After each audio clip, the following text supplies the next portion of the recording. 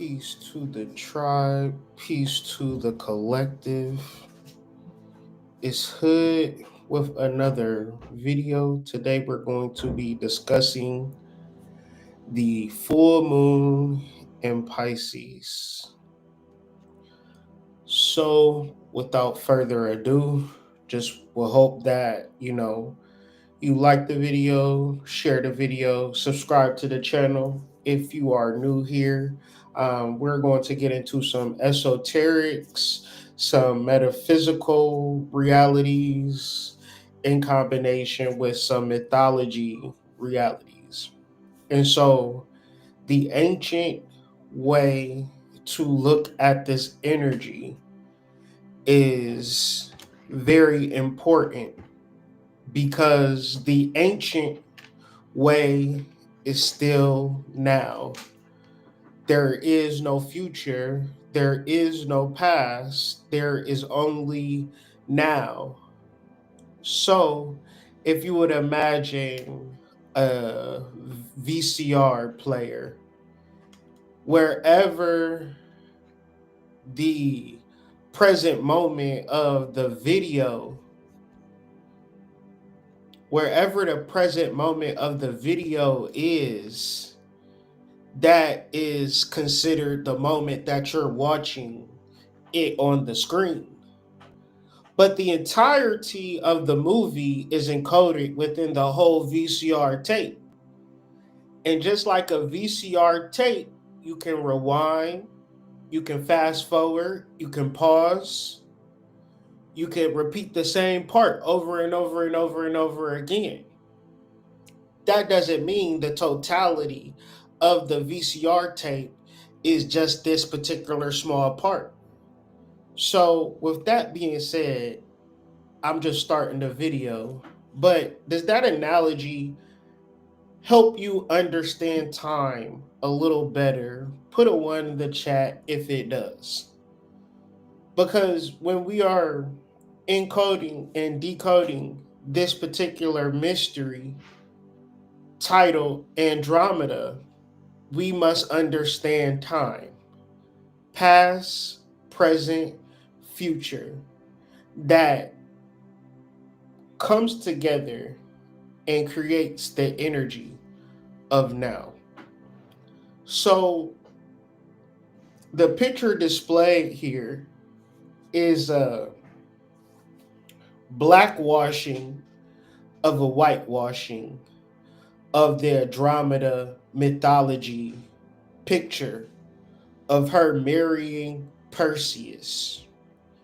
And if you never heard of this story, stay tuned. We'll get into the full importance of the story, of the mythology, and how it all matters now. So, we are discussing a full moon in sidereal placements. Presently, we have the sun in Virgo, and the full moon will be in the sidereal constellation of Pisces. Pisces is the 13th sign or the last sign, which represents completion or an ending. The sun in Virgo is very much tied into your personal dimension. And what I mean by your personal dimension, whatever you want to program within your dimensional matrix computer system, that is the game that you can play. If you have enough money to buy the game, if you meet the height requirements to ride the ride, the choice is yours. So, in understanding, also, Virgo rules the sixth house, your house of service. So, genuinely, if you love what you do loves you.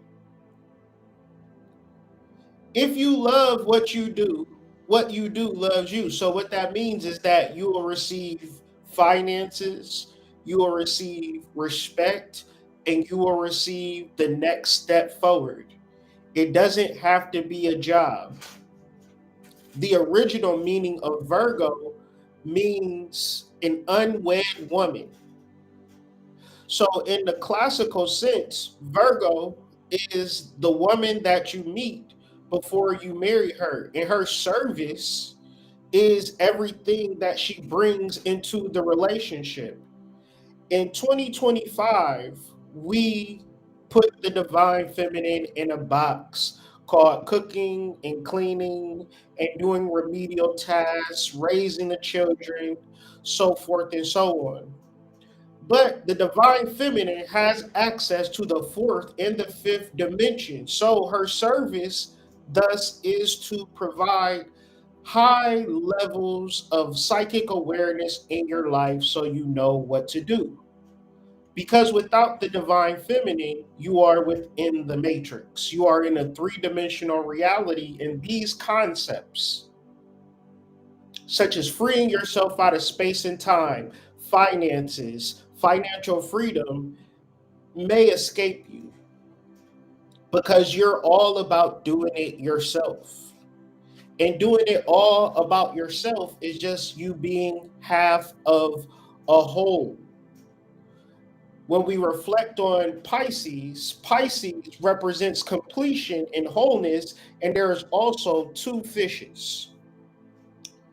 And these two fishes are the level of wholeness that we should reach to in our lives. In this late stage capitalistic world, we imagine that the more money we have, the bigger our house, the nicer our car, the more luxury we're able to acquiesce in our lives, the better our lives are. But let me give you a mystery right here in the word luxury. The etymology of luxury is not what you think it is. The etymology of luxury is sexual intercourse. Can I get a one in the chat if you understand and understand what luxury is in an ancient primal sense? So imagine you have a luxurious home, but you're not having sexual intercourse in it. Then that would be the actual sin and the overall self indulgence.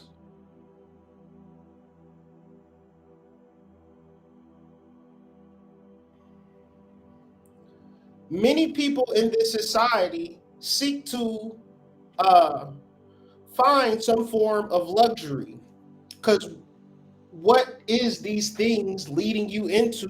Hopefully, if I have a nice car, if I have a nice house, that means that girls will like me. And since girls like me for my things, then they'll have sex with me, and then all is right with the world. The only difference is this is the root cause to all of our problems: sensual pleasure, debauchery, dissoluteness, lust, excess, extravagant living. And for those who don't reach those levels, guess what? They would die to do so. But what is the beauty in all of this? The beauty in all of this is that the true luxury, the true wholeness, the true completion is where we find within our relationships because the sun is in Virgo and that is divine feminine energy. It is the service. The service of a woman is to be a fifth dimensional being. Anything outside of that is a part of this colonialist, white supremacist, uh, deep rooted dark magic, trick you out of your legacy and birthright type deal. And we'll get into all of that because all of that is encoded within the mystery. Today we are going to wake up. Today we are going to wake up. Today we are going to see because it is a full moon. The moon is fully illuminated and we are able to perceive the higher octaves of cosmology. Therefore, nobody can tell you about you when you understand your story. the beautiful thing about our story is that our story don't need to be found in the temple walls, don't need to be found in the statues. Our story is found within the stars. So, at a higher dimension, at a higher octave, this full moon, which is in Pisces, the constellation directly above Pisces is Andromeda. And this full moon is conjunct the fixed star of Andromeda, Alpheretz. Now, in reference to this particular story, we are going to spend the majority of our time exploring the mythology of Andromeda. And if you are a Black woman, or if you know a Black woman, have a seat, listen to this particular story, and, you know, take it in. Because this is what they're not going to tell you anywhere else. Because people do not study the stars, they study the books that the enemy has placed before them. And they are trying to be the best soldier for the enemy in reference to how well they do, how much money they have, how big their house is, so they can hopefully attract an Andromeda like being. But the problem with the Andromeda like being is that it's being suppressed and it is being sacrificed so that the world can live off of our ignorance. But today we will wake up.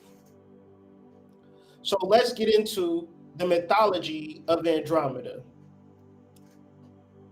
So this is the original whitewashed version of the bound goddess Andromeda.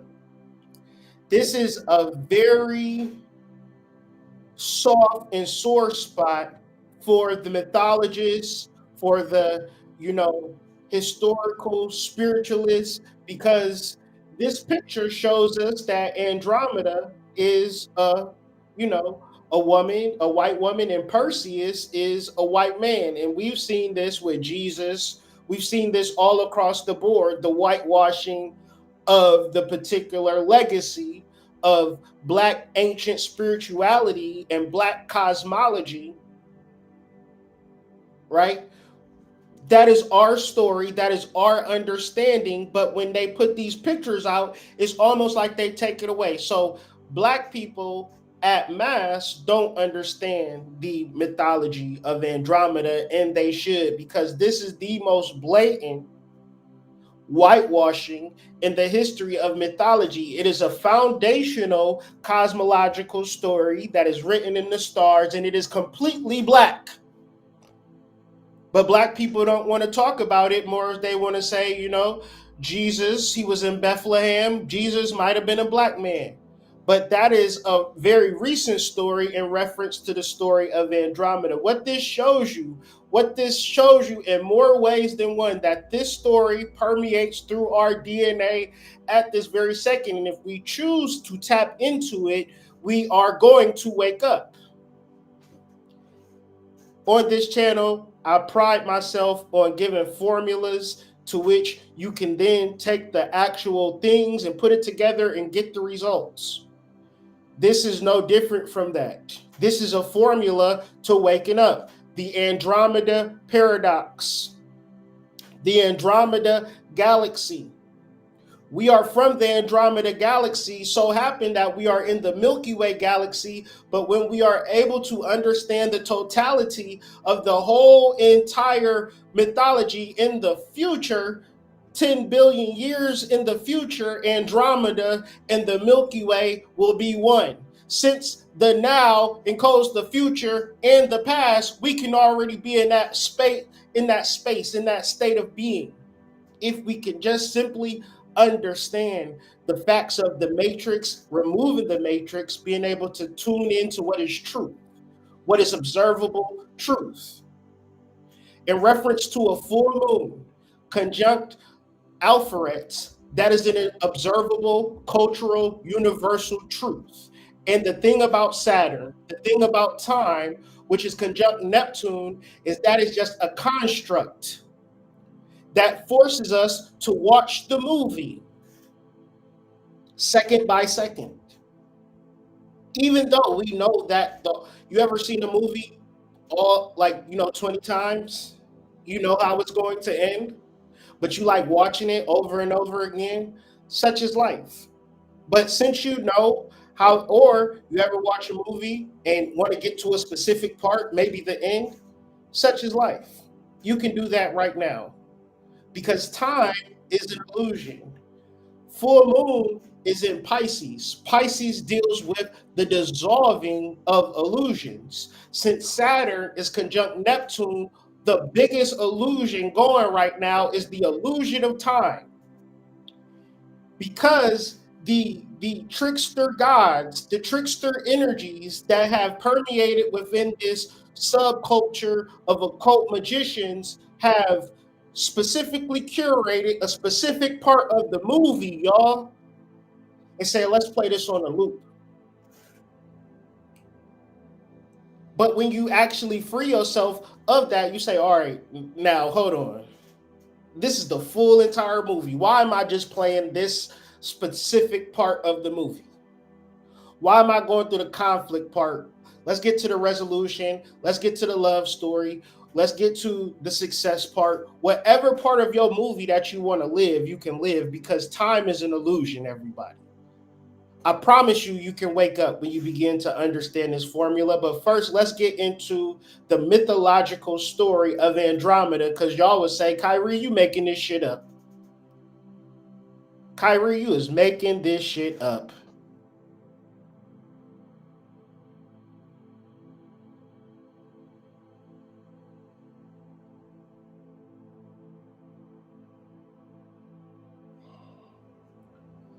So, who is Andromeda? Andromeda is the daughter of Cassiopeia, the queen of Ethiopia. And Ethiopia is just a term for Africa. Africa is a name of a Roman general who defeated Hannibal. So when you say Africa, you're saying that it is a Roman general who defeated your greatest warrior king. And then you say Africa.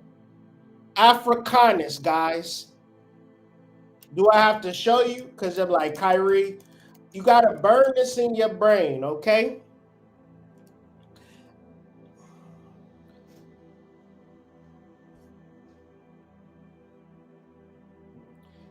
Scipio Africanus. Publius Cornelius Scipio Africanus was a Roman general and a statesman who was one of the main architects of Rome's victory against Carthage in the Second Punic War. Often regarded as one of the greatest military commander strategists of all time, his greatest military achievement was the defeat of Hannibal. And this is who you choose to name your company after? Rockefeller died of AIDS. That was the end of his chapter. Y'all call it Africa if y'all want to, okay? That's not the name of the landmass. When you get into the entirety of the entirety, it is all Earth. It is all the same thing. Our viewpoint of it being separate and sectioned off parts is a part of the illusion, guys. This imaginary line is Utah, and this imaginary line is Colorado. You think God did that? No, he didn't. So, when we understand the mythology of Andromeda, we're also understanding that she was the daughter of Cassiopeia. In the records, she was the queen of Ethiopia. What does that say? In the history, in the annals of research, it is stating that Andromeda was a black woman, ladies and gentlemen. When you look up at the stars, it don't matter if you live in New York City, ladies and gentlemen, you can see Andromeda, okay? It is the brightest star in the sky, okay? a black woman. Nobody can say that but you. When Andromeda was born, when the black woman was conceived, her mother said, "This is the most beautiful thing in the universe, even surpassing the Nereids. Those are Poseidon's kids, and this is divine." Because I met a nigga yesterday that was named Poseidon in real life. I was tweaked out yesterday. I did the research on this. I said, "Oh, see, it's all in alignment." Poseidon is a real nigga possessing somebody, going to work every day. But in reference to the mythology, Poseidon is another name for Neptune. We also have Saturn conjunct Neptune, and so this lock opens up the portals of time, being an illusion, being that Saturn and Neptune is in Pisces. So the question is, Hood, why is it so hard for me? But it's so hard for me though. I've been struggling. And I would say the deeper you go in the wrong direction, the more harder it's going to become. The more you go in the right direction, the easier it's going to become. You so trapped up into your ego, which is the white man system. It is your key to survival. You don't have no other way to survive besides that job. So fuck everything else. I gotta go to work. But why is it so hard for me? And I completely understand. Because I don't got time to do shit. I get it. But in understanding, this is why I do the study. Because I might be able to help others. But at the end of the day, I'm going to help myself. When Queen Cassiopeia said that this black woman, this divine feminine energy was the most beautiful thing in the universe, it incited a divine wrath between Poseidon and the people of Ethiopia.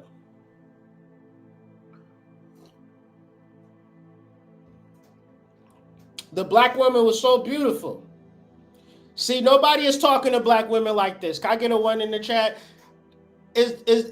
Are people online, are people in your workplace showering you with the truth of your beauty? Or they saying, you know what, you kind of an ain't shit motherfucker for real because you did that shit back in the day. But it's a full moon in Pisces. What is the key term of Pisces? Forgiveness. And if you get past all of what she did wrong, quote unquote, you will see the divine feminine energy in the present, in the now. This is the reality. You are the most beautiful thing in the universe. Do you see it within yourself? Or ever since you was a little kid, you have been looking at your imperfections or feeling like you don't compare to the next girl, or she said this or he did that, and now you just don't even feel who you are. If you feel in that particular realm of understanding, then you can understand the attack. What is the attack on? It is an attack on your beauty, because what is the beauty standard in this world today? Think about how that affects a young black girl, because she's not a skinny white lady. Because the beauty standard is not in your household, it's not in your family. It's when she open up a magazine, when she gets online and she sees a girl that looks light skinned or whatever, say, "Oh, you're so beautiful." And she looks in her dark skinned face and says, "Well, but do you know that there was a time where the opposite was true?" Because when you deal with the truth outside of the matrix, the opposite is the foundation of cosmology, of advancement. These stars send out radio ultrasound waves to the planet that we pick up at a psychic level. So At that point, that is where the ideal comes from. That is where the invention comes from. That is where the technology comes from.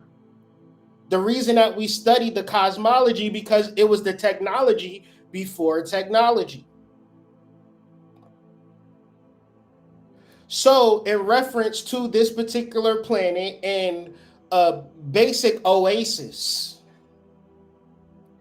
and we existed on that oasis for so long that even in slavery, niggas will still get up and dance. And people do not understand that shit. The Holocaust, the Japanese concentration camps have forever scarred Jewish and Japanese people to never go through such horrible horrors ever again. So they stone face it through life. And they look at black people who have been through 400 years of slavery, another 100 years of Jim Crow, and still getting their asses kicked, but still having fun, still smiling, still living, because the spiritual truth of the universe does not exist within the scales of time. It exists in the everlasting now. The past and the future is the totality of this moment. They say that the Milky Way galaxy and the Andromeda galaxy are the same size galaxy, and they're about to combine in 10 billion years. 10 billion years is today. If you understand that time is an illusion, you have to understand that. If you don't understand it, you wait in 10 billion years.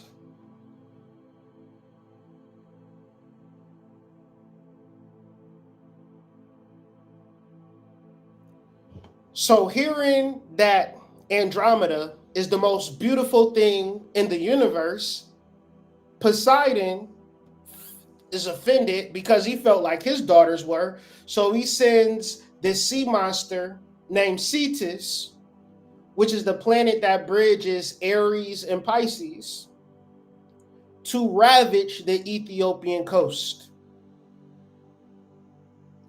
And this monster is so fierce, he's so powerful, they're like, hey, the only thing that's going to save us is if you put your daughter and you chain her and you put her out as a sacrifice so that the monster can eat her, and once she eats her, everything's going to be fine. We can go back to normal. But we not even going to be able to survive until we sacrifice your daughter. This is what the oracle says to Cassiopeia and her dad Cephas, the king and queen of Ethiopia.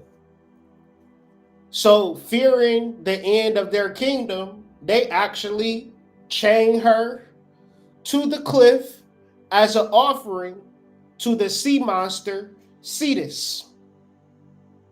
And so, as luck would have it, Perseus, just coming from killing Medusa, he has her head in his bag. He about to go home, celebrate, defeating this Gorgon monster Medusa.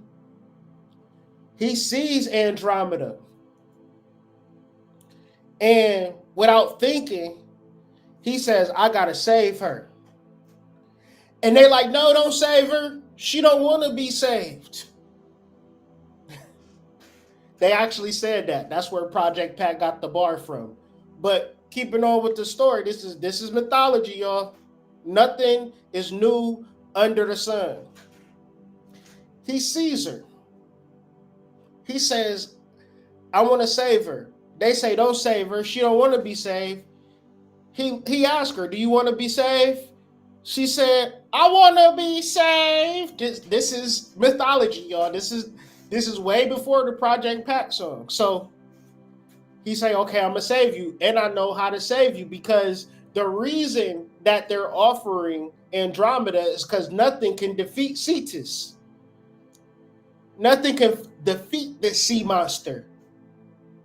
But Perseus just beheaded Medusa.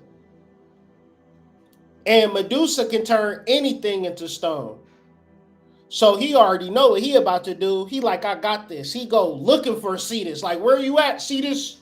He going through the cosmos. Cetus like, is this boy crazy? So they get into a confrontation. He bring out the Gorgon mask, and Cetus turns into stone. Once Cetus turns into stone, he goes back and he frees Andromeda. Andromeda is released, and she and Perseus marry. And this is a symbolization of masculine and feminine principles that lead into higher wisdom. In reference to any human being that wants union and wants freedom, it's already happened. But if you feel like it hasn't happened, then you are simply in the part of the movie and playing the loop.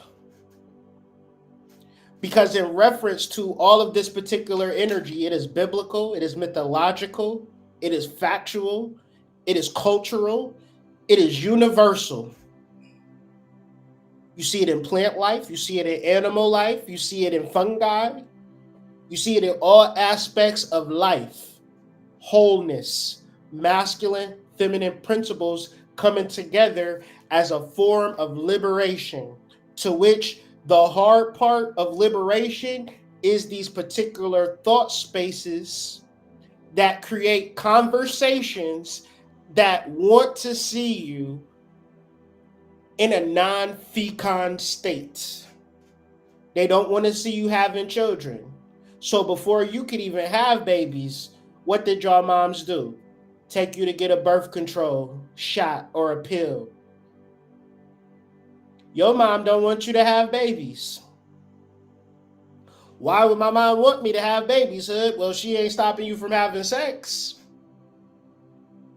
And the only thing that we know for sure on what we're supposed to do by observation is have children. There is no specific observation or reality that the people in Rome or ancient Ethiopia who were professionals contributed to the overall status of the culture. All they know is that when they stopped making babies, the culture ended. So the dominant conversation that you're going to hear, because this is mythology too, in reference to Saturn and Kronos, what did Kronos do? What did Kronos do, y'all, in reference to his kids? What did Kronos do in reference to his kids? Kronos ate his kids. In Greek mythology, the Titan Kronos swallowed his children to prevent a prophecy from coming true that he would be overthrown by them. So what we are experiencing right now as millennials is a generational war where our fathers and our fathers' fathers want to eat us. Because the average home in the 1970s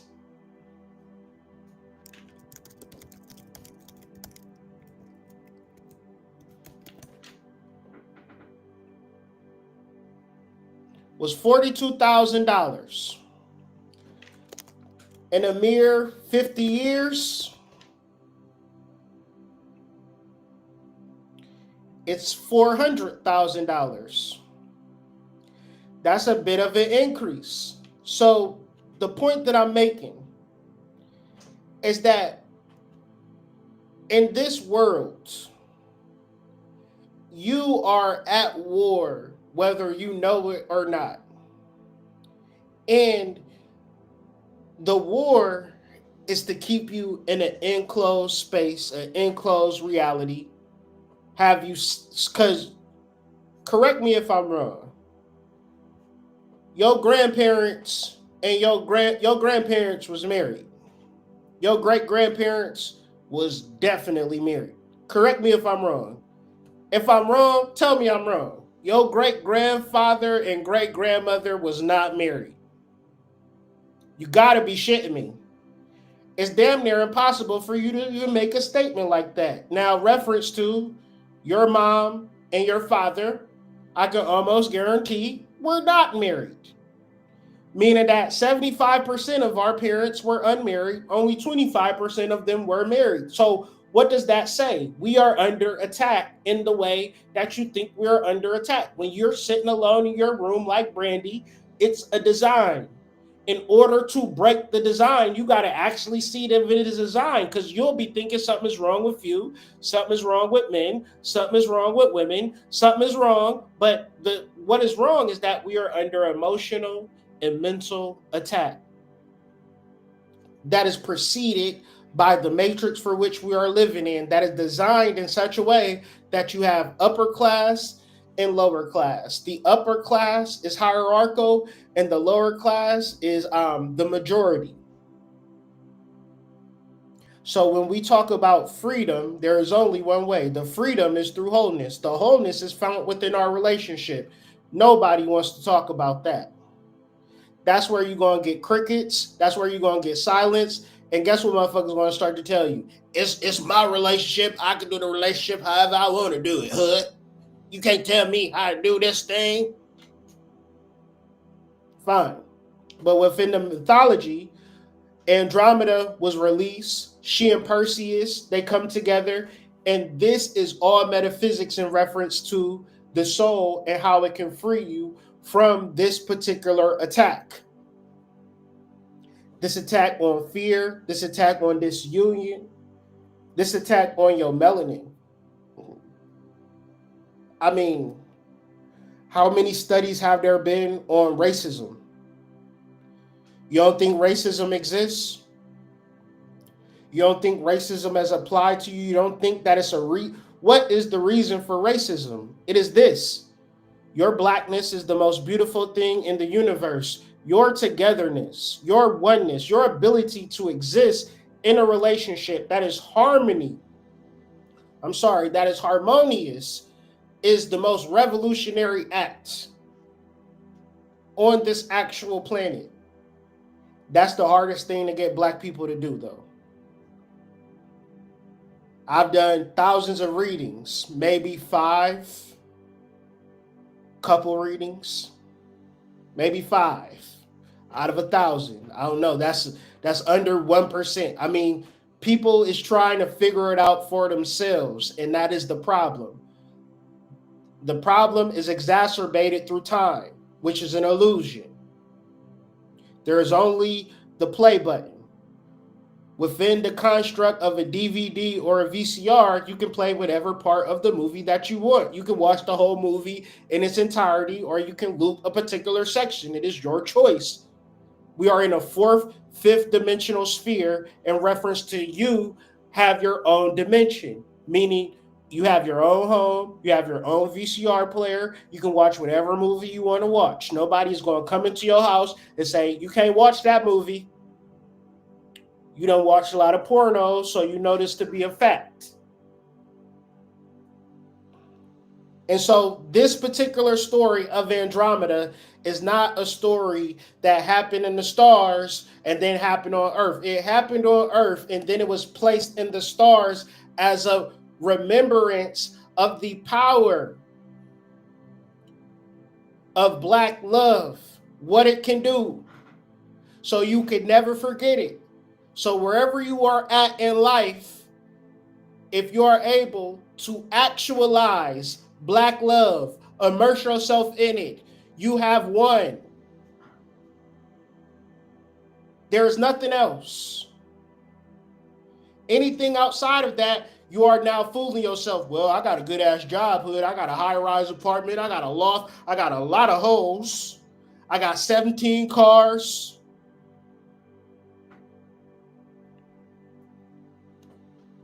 So the story that I just outlined, you can find it in your celestials. This is Cetus, the sea monster, right? This is Andromeda, the princess. Perseus, the one who comes and saves her with the Gorgon head in his head. I mean, the Gorgon head in his hand. Cassiopeia, the queen. Cepheus, the king of Atlantis. The king of Ethiopia. So it's a beautiful, wonderful story. I'm just giving y'all my spin. You could Google it. It's very Googleable. And just to double down on this,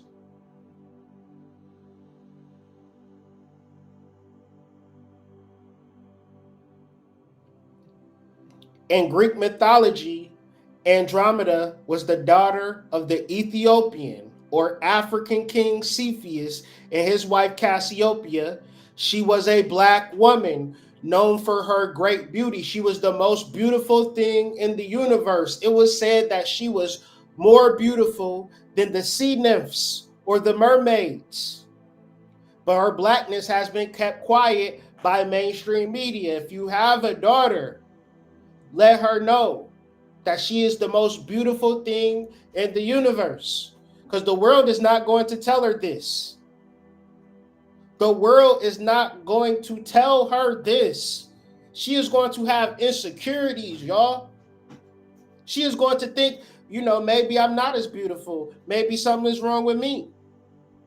We don't live in a world that tells the truth. You have to understand and understand this mythological truth. Kyrie didn't just make this up, okay? I'm just a messenger. So I told you, a bulk of this conversation is to free Andromeda. It's to free the black, divine, feminine energy now, today, during this full moon. As it opens up a portal in the sky. As Saturn conjuncts Neptune. As we are free from all time constraints and time illusions. Because Saturn conjuncts Neptune in Pisces. Pisces rules illusions. So if we look at this full moon, we can imagine it being a wall, and that wall just simply dissolving in front of our faces to see the absolute truth. And in our most foundational, fundamental cosmological story, the metaphysical truth of it is that the black woman is God. That the black woman is the most beautiful thing in the universe. And how could you deny it? What is there to say outside of that? And what is the symbol of the black woman in the cosmology? It is Andromeda. And we have a full moon conjunct that exact alpha star of her constellation, for which nobody wants to talk about and bring it to the surface, because now we have to reorganize a bunch of shit now. We got to do a whole bunch of things different because we treating black women as they are the lowest.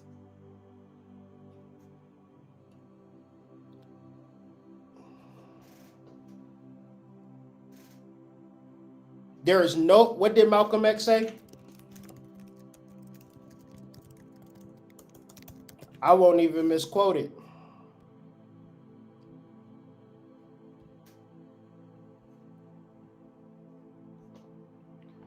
The most disrespected person in America is the black woman.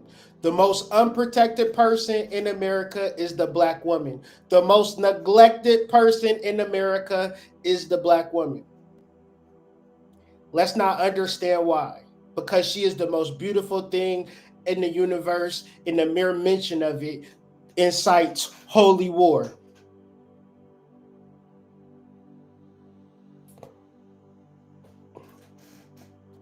Recent scholarship and art acknowledge Andromeda as a black heroine, a universal symbol of black liberation of the divine feminine throughout the planet. So, Andromeda represents the liberation of imposed narratives. What narratives do they have for black women today? And we're talking about mythological. that Andromeda in the if you Google search Andromeda, I'm pretty sure you're not going to see a black woman. Sure, when you get into the mythology,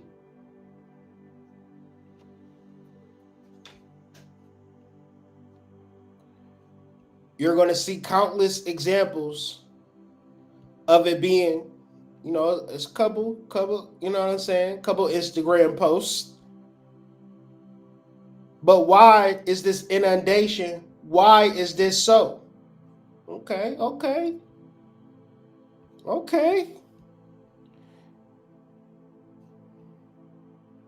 Because they want you to think that the most beautiful thing in the universe comes from them. And I understand. But she should have been the queen of the Caucasus Mountains, so we would have just dropped the story. But you made her the queen of Ethiopia, and at that point, I got questions. Nigga, I got questions.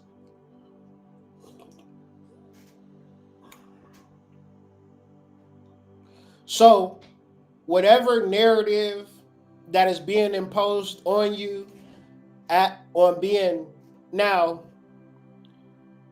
another thing, black people are lazy.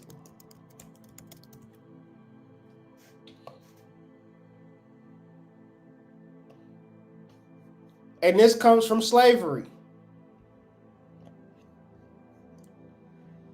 And you got to think about it though. Nigga, don't you want to be lazy if they making you work for free? Like, what, you gonna be a hard worker? Them niggas always wasn't working. When you do the study of the slave master journals, you know what they complain about? Man, I can't get these niggas to work. These niggas is lazy. And what you guilty about that shit, nigga? You supposed to be lazy. If a nigga tell you that you a slave, oh, okay, you got it. Work harder. Yeah, I am.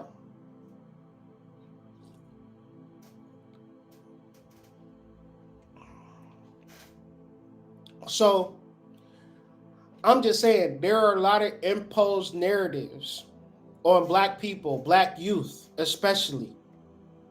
Young black youth, male and women. It's a lot of, they call y'all YNs and all types of shit that's being pre-programmed in your subconscious so you can crash out.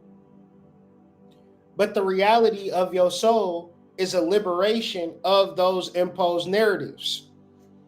Because anything in reference to black is cosmic. That predates civilization. Anything in reference to black is divine and royal, original, ancient. That was a long time ago, hood. There is no such thing as past, present, and future. Imaginary person. If it was, it is. If it was, it is. Can you smoke that? So what is the etymology of Andromeda? Andros and Meta. So Andros is taken from Genesis chapter 1, verse 27.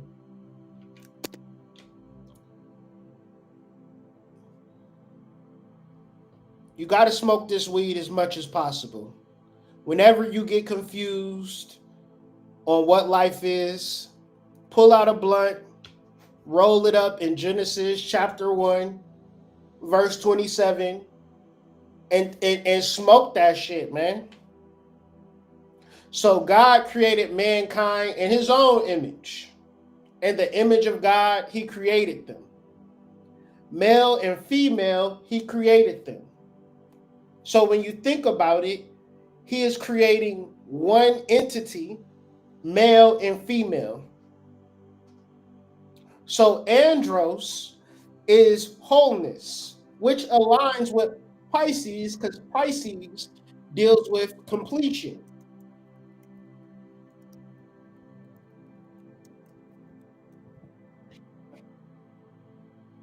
Pisces symbolizes ending, but not in the intense type of endings. It is more when we come to an end and make peace with it. Pisces marks the end of the journey where we find peace and acceptance of the journey.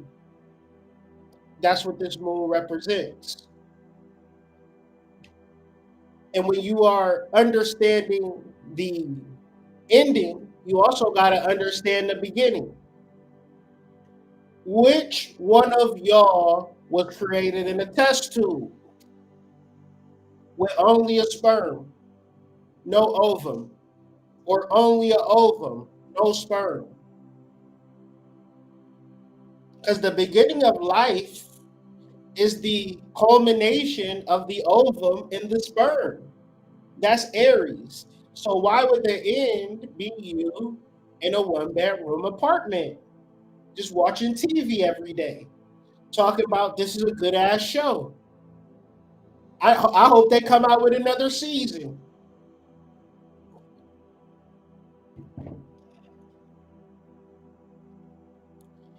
God created human beings and he created them God-like, reflecting God's nature. He created them male and female. Now, meta means to be mindful of, to be mindful of this fact, to be mindful of this reality is Andromeda, and this is why Perseus saves her. This is it could be realistically how it happened, but the codes and the keys and the formula are within the metaphysics to free you. So you can get extra meta with the concept of metahood. I'm asexual. I don't want to have a relationship with nobody.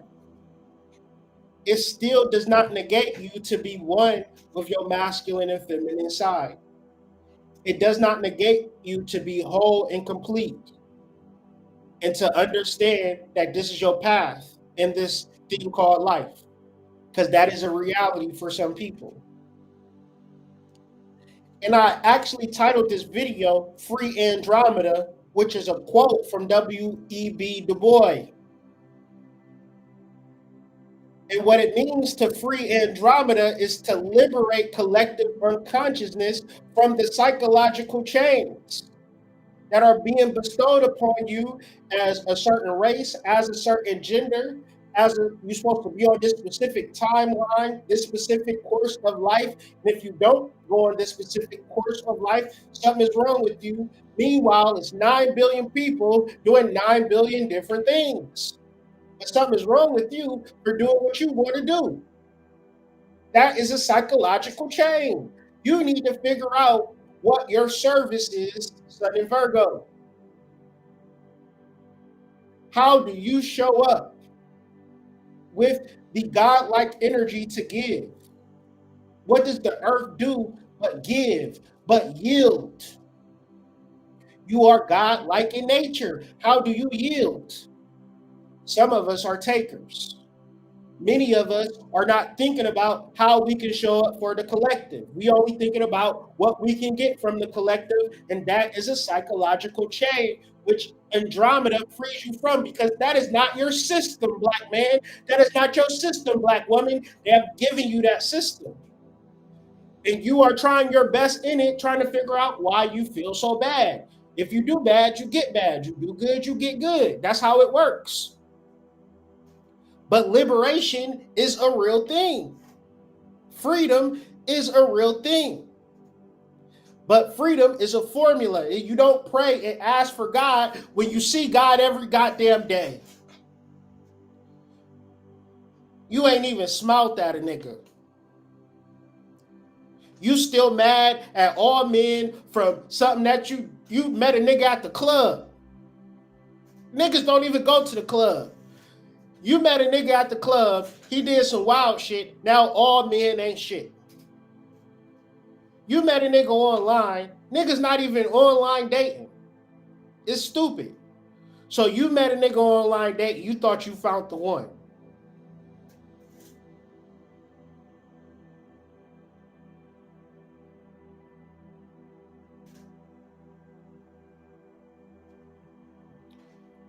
There is a psychopathic baseline for a lot of the shit that's going on, for which many people are trying to be good at it, only to become great psychopaths. So what is the work? The work is to be mindful of man, to be mindful of your nature, to be mindful that you are more beautiful than anything in the universe. So this is the soul, this is the body, this is your mind, and this is your part of living in truth. Truth in this world. Because a lot of people are following celebrities, and these celebrities are specifically designed to give you anti-truth. As long as you've been in this world, you are created through male and female. And I'm not saying anything contrary to any lifestyle choices that anybody make, because people is freaky as hell. So at a certain level, if you feel like you attracted to the same sex, does that you don't now need to combine your masculine and feminine energy because you attracted to the same sex as you? No, you still got to do this work. But when I say truth, I mean that specific truth.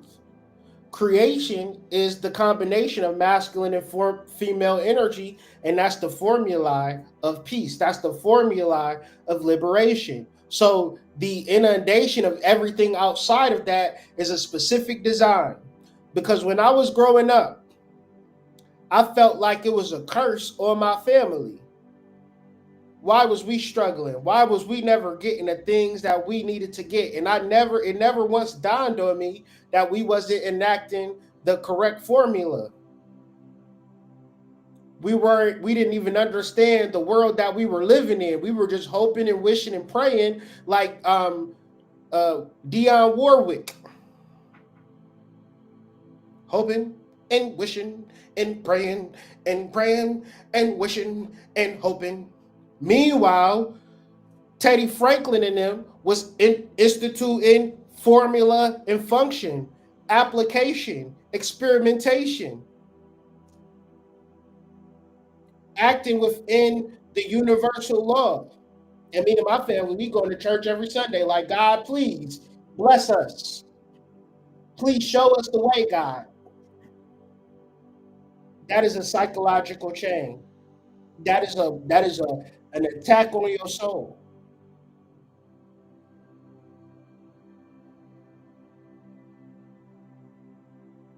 So the question is, during this full moon in Pisces, are you taking the psychic path or are you taking the psychopath? Okay?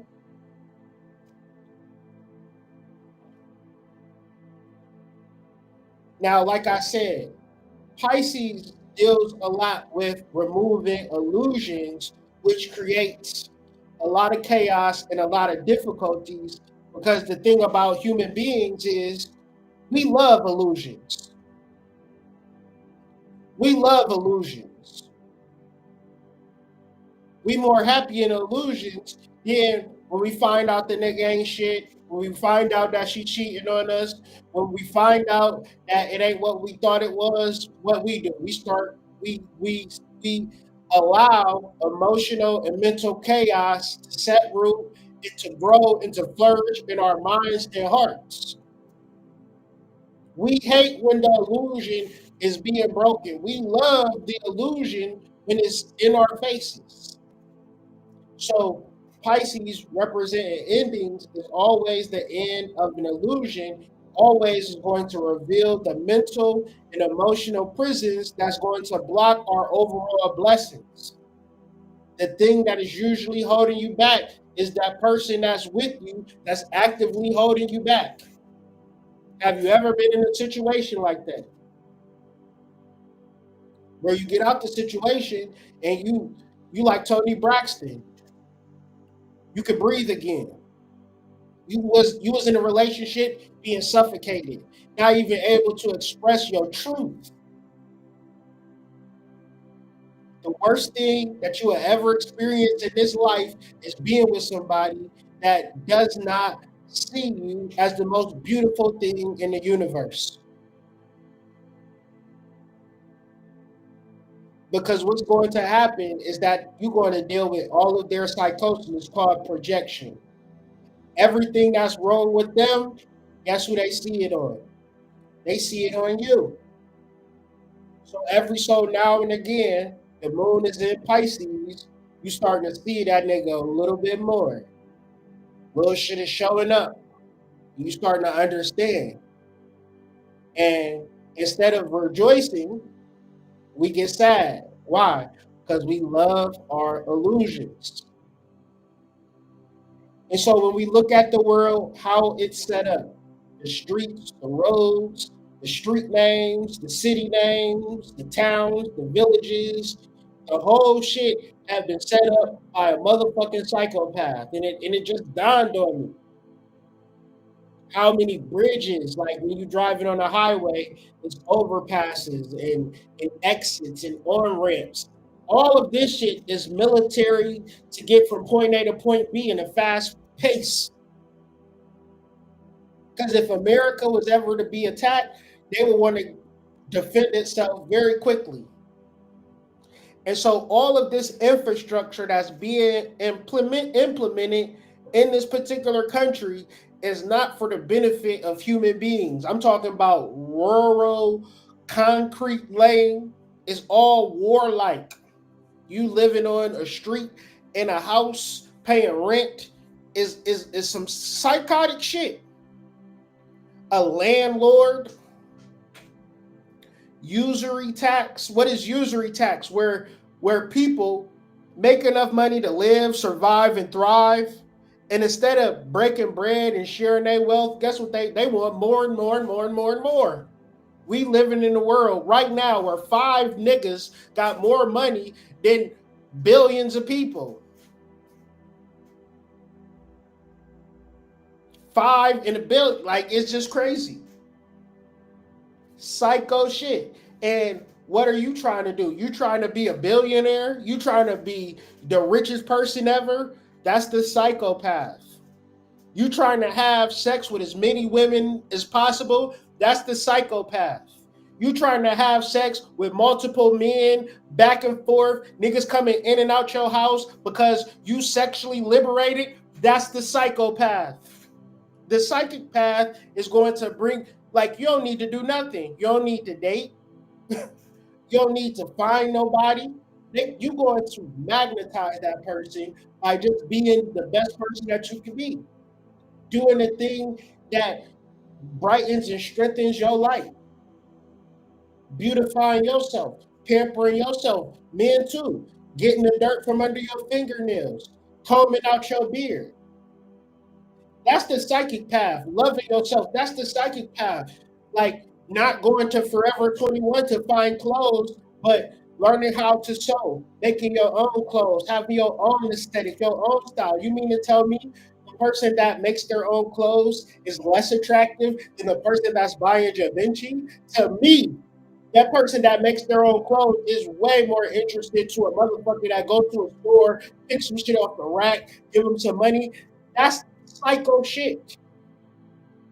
We used to make everything that we needed, from soap to food to clothing to housing. That's the psychic path. But when we are in a world where everything is created for us and we don't even know we are in America, a military state, a place that not too long ago seen your ass as mere property. Whether you was property or not, they didn't give a fuck. So whereas when you singing and dancing, they surprised. They can't factor in how are they properly singing and dancing. You have to wake these motherfuckers up. Actually, I'm a cosmic being, you stupid motherfucker. I'm not no fucking slave or a descendant of a slave or a Native American. I'm not none of that shit you want to label me. I literally have a soul. I literally can create my own authentic path. And you can't take it away from me. You can't take it away from me. You can't stop me from doing it. Nothing you can do. So, are you on the psychopath or are you on the psychic path? That's the question. Because once again, nigga be like, hood, every time I get on this damn internet, I click your videos, you talking about the soul. What the fucking soul do? What's the purpose of the soul? Well, the soul, the innermost, the God within, is the illuminator. In reference of your illumination, it's also going to dissolve everything that's been blocking your path. But you can't be so caught up in the material confusion and illusion that that's all you care about. Then you lose sight of the God within. You lose sight of the innermost. And what is the easiest thing for niggas to do? The easiest thing, bar none, easiest thing ever is for niggas to forget about this spiritual shit. They do not give, y'all don't give a fuck about it, and it's okay. Sometimes I don't give a fuck about it either. I get it. It's easy to do. So when it comes to what you should do, you should always remember, like, if I forget to wash my ass, what's the best thing to do? I forgot. Oh shit. Well, I remember now. Let me get to washing my ass. Let me clean it now. I haven't meditated in a month. I haven't meditated a year. You want a cookie for that, or are you going to start to meditate?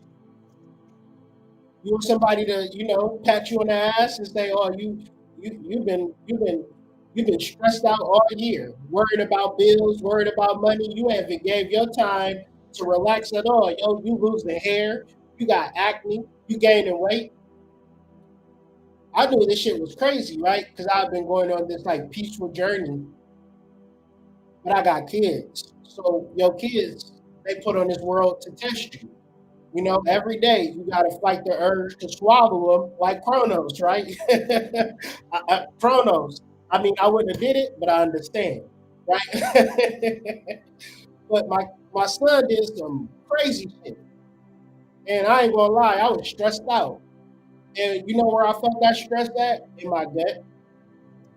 I said, "Damn it, this nigga got me into a space I don't even remember being in. I used to be stressed out. I didn't get this big off for nothing, and I don't really eat that much, but I do stress the fuck out over shit. I will admit to that. And that stress, it leads to cortisol, and stress, cortisol, it goes straight to your belly fat, right? Cortisol stress belly refers to the accumulation of abdominal fat that can occur when stress levels are elevated. But I've been doing good though. You know what I'm saying? I for sure got a cortisol belly. I'm not even gonna lie, because I'll be trying to figure shit out. But I actually have been feeling like better about that particular point. I've been, microdosing things of that nature. So losing weight and things of that nature, but I definitely had a motherfucking relapse last week, though. And I just say all of that to say that damn stress is going to, it's easy to forget all of this spiritual shit, but shit happens. So I'm glad I realized it because I'm like, my wife had asked me, like, are you hungry? Do you want something to eat? I'm like, nah, I'm stressed. And when I'm stressed, I don't eat. And I don't never eat because I'm always stressed, but it don't matter because it seemed like I know nigga look at me like, nigga, you eat all the time. Like, all you do is eat. Like, nah, I really don't be eating like that. It goes to your belly. So if you're the type of person that you don't eat a lot, but you still gaining weight, almost guarantee you stress the fuck out. So you gotta bring it back. You gotta figure out how you're going to ease that stress. So you pull yourself into the spiritual path. You pull yourself into reflecting on your soul because your soul represents the God within, and your God within is your solutions. So when you are able to do this work, you're able to find solutions and you're able to create the path for your personal life. And don't be under any form of illusion that you got to do it this way or that way because it's too many people for that to be true in the world. So how does one reclaim the psychic path or bring it back and embrace the divine feminine? Shout out to Andromeda, or to be mindful of the union of the masculine and feminine and just how hard it is, right? Because I'm not going to glorify relationships in a space where I understand why people are single because niggas ain't shit and women don't be shit a lot of times. Like that's just how it is.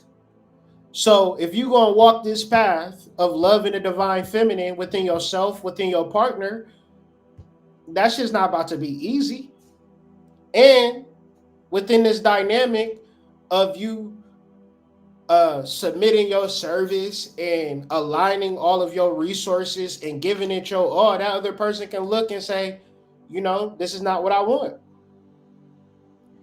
Whatever the situation plays itself out to, this represents the ending. But the thing about the ending is that it brings way for a new beginning.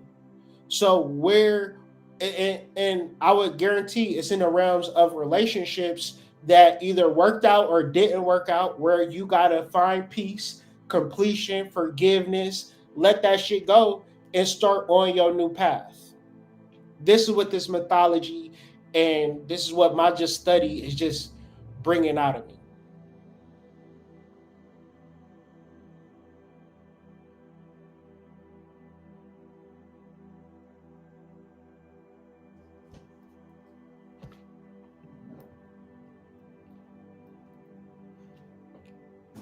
So we went through the Andromeda story as a way to mirror the collective awakening.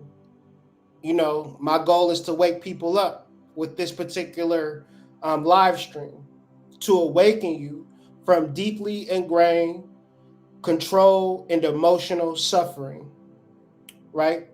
Like releasing all of that to come to the facts that you are the most beautiful thing in the universe with your black body and your black skin and your black heart and your black mind, the most beautiful thing in the universe, and I'm using black specifically as it mirrors the cosmic blackness that encodes the totality of this whole entire universe, as you are a part of the universe. So what is your place? What is your purpose in the universe? To be the most beautiful thing. But there's a particular part in the mythology where they utilize you as a sacrifice so that everybody else can live in paradise. Do you want to keep looping that story, or do you want to see what happens on the other side? And this particular mythology, this particular story is amplified by the full moon's energy, where you have 100% illumination. The sun and the moon are at 180 degrees direct opposition. This creates what I like to call a portal or a profound shift for those who are willing to walk through it. So, in the personal, you have to see where your life is your life, or your life is that the result of a mind control. Is your life, or you are just simply repressing pain? Is your life, or you just a result of unresolved trauma? Is your life, or are you an agent of emotional chaos? What I've seen a lot in the world is that hurt people hurt people. So, in reference to dealing with hurt people, their goal might only be to hurt you at the end of it all, consciously or unconsciously. And if you operate through these particular levels, and we all have these particular levels because we're all under the human condition, we can't act like none of this affects us, but we have to acknowledge that all of these play a part in our repression. And what is it specifically repressing? It is repressing our soul, our innermost, our illuminator, to which, if we are going to free ourselves, then, it's like Cetus in the mythology represents all of the chaos. It represents all of the wrath.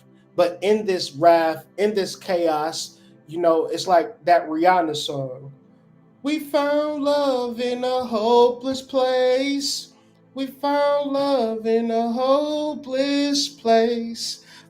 Like that deep darkness, whether you know it or not, is where you are accessing that divine feminine black energy, where in the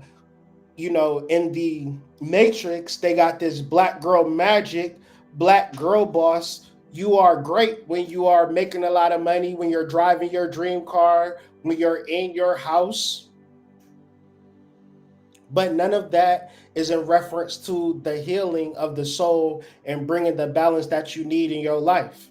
A lot of the times you are going to find that in your darkness. And you don't have to be in a negative, dark place. I like to simulate that dark place by going to my spiritual corner or going into darkness within my home and going into deep meditation.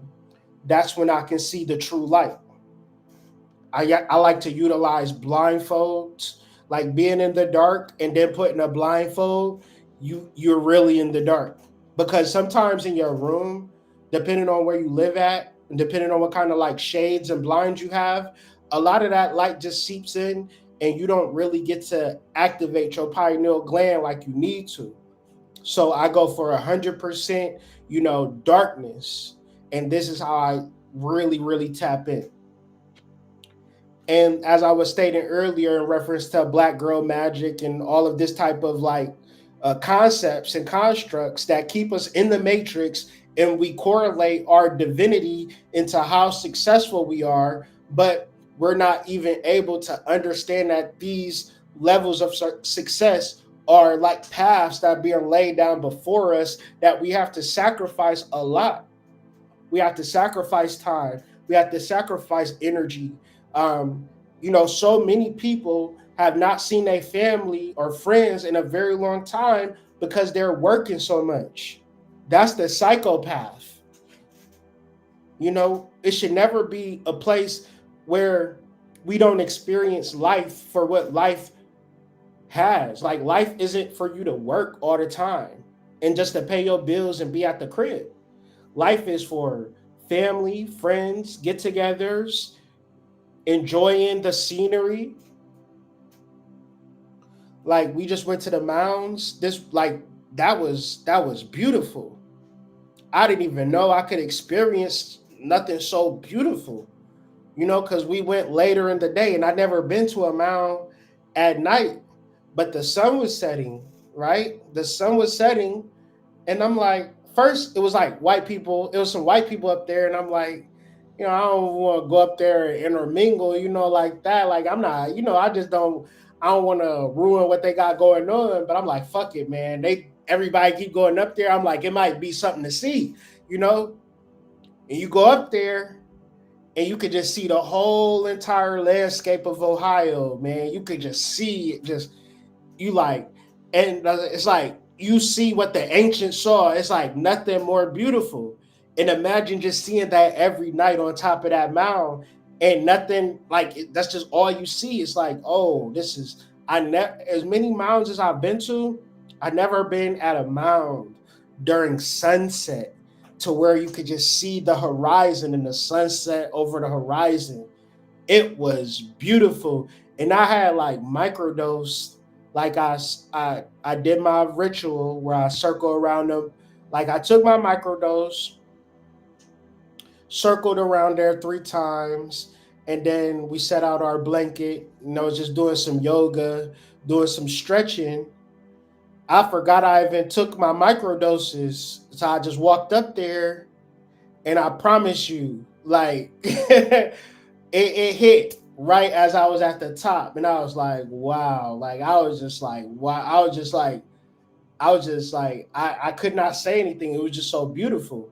But it's like, I mean, so I didn't. Nobody had to tell. I had to fuck around and find out. Now I'm like, I'm gonna do that more often, right? Go to mounds during the sunset or the sunrise, right? Because it's just like that's what you're supposed to do.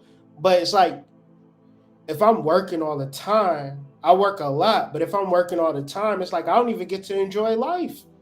And I know it's a lot of people like that. I know it's a lot of people that just working to have. And these concepts of the divine feminine, for lack of better words, escapes because we're not able to see the earth for what it's worth. Um, but what is the psychic path? What is its purpose? It is to liberate the soul. And I know that the soul is very powerful, and following your soul is very uncomfortable, and it puts you in spaces and places that you feel like you shouldn't be in. But when you follow your soul and you push through that uncomfortability, then you ultimately understand that your soul was guiding you the whole time. Your soul was pushing you into alignment the whole time. Your soul was trying to free you this whole entire time. In my experience at the mound this weekend, it really showed me because my wife was like, "You want to go to the mounds?" And I'm like, "It's 3 hours. It's a 3 hour drive." You know what I'm saying? But at the end of the day, it's like I'm happy that we went because that was extreme. It was more than beautiful. And so this picture made me think about Andromeda too. This is a picture of Sophia, divine wisdom, which is like an angel, and she's like opening up her heart, and she's like really just sacrificing her love and her wisdom over the planet.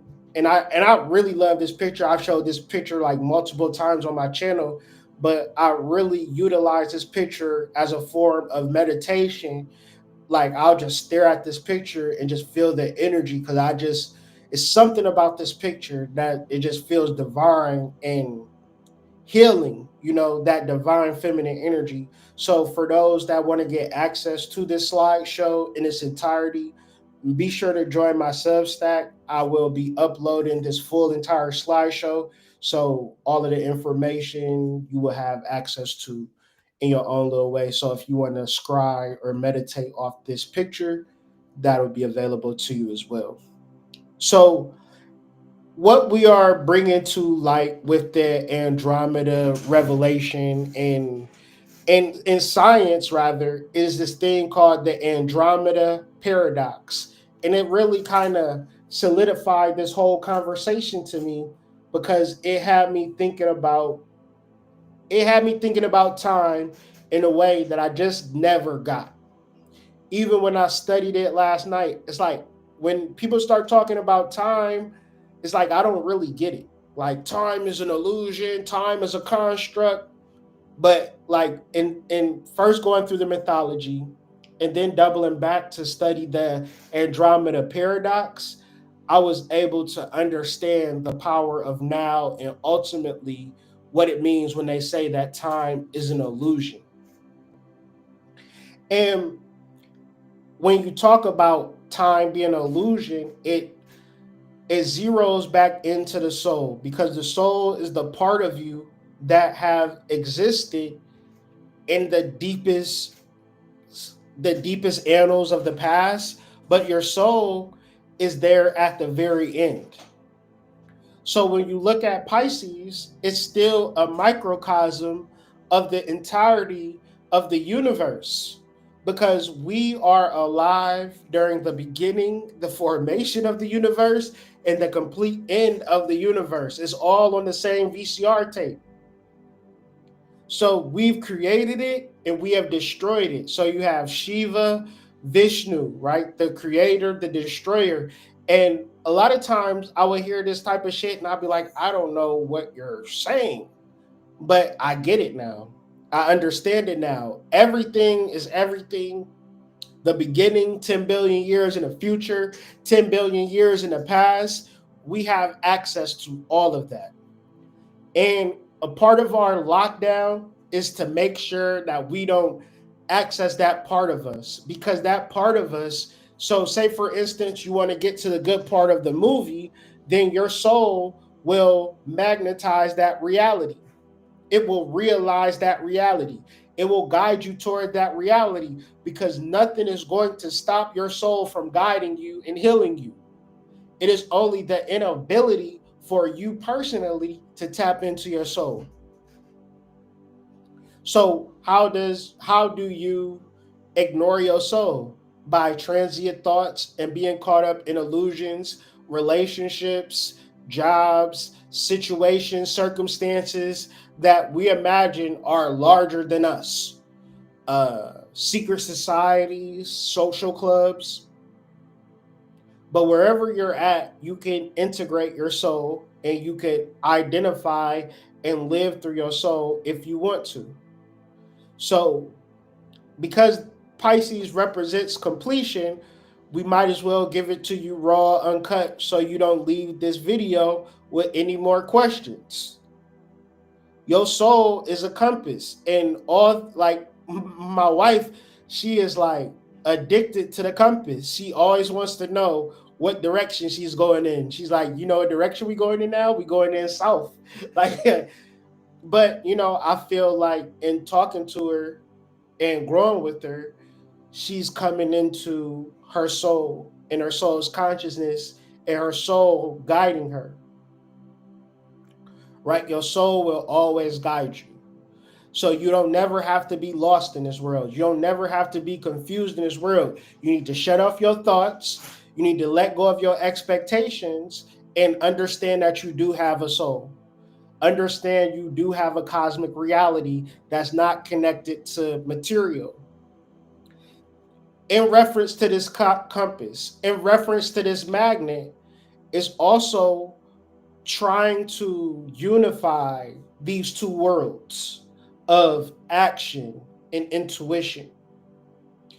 And usually the inner world manifests as an outer world, but so say for instance, if you ever watched the movie, what's the movie with Marlon Wayans? I think it's called Naked. But it's a lot of movies like this. It's a lot of movies like this.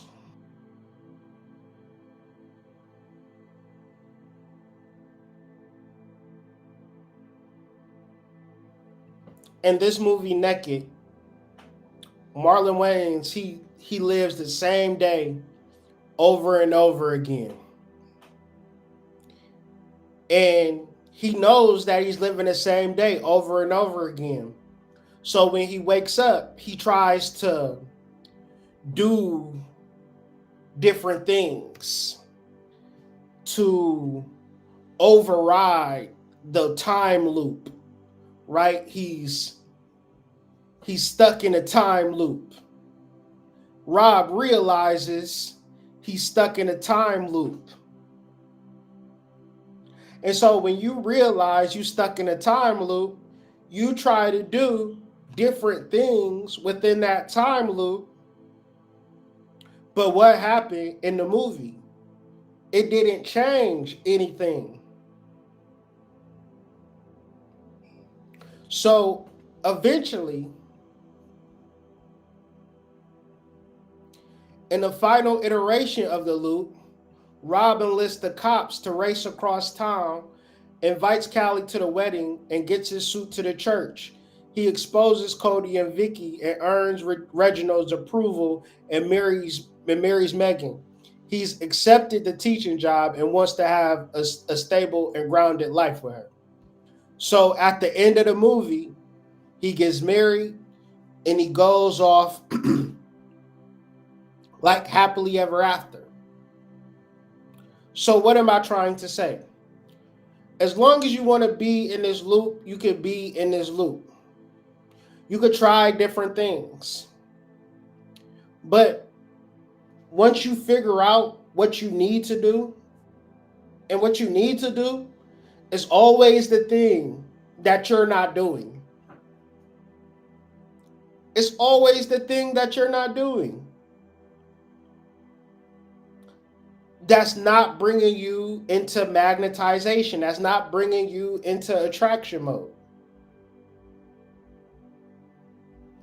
You're not connecting to the spiritual side of your life.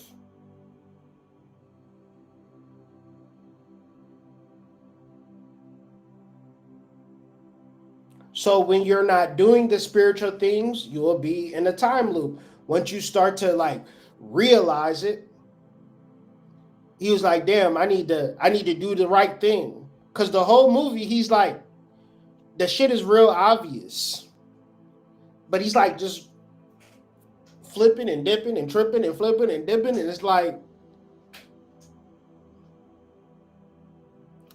and you know, for me, I see it in people all the time. And it's like, I'm thinking about people and it's like, it might be something, you know, like an addiction or a way of living and a thing that you justifying.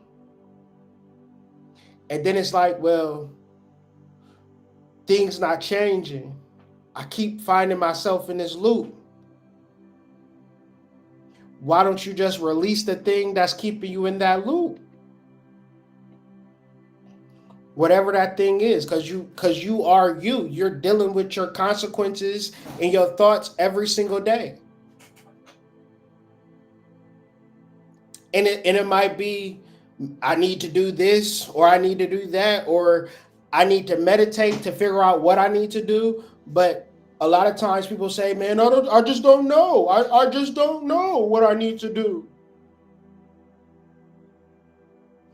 And if you tell yourself that you don't know, since you are a God, you'll never know. You'll never know. You just will never know. But everything is about marriage. Married. So once again, what does that look like specifically? From my understanding, it is in the times, in the liminal spaces when I'm not doing nothing, I spend time in self-love. I just am in this space, in the energy of love. If I'm working and, you know, my mind is wandering and I'm stressing, I just bring it back to love.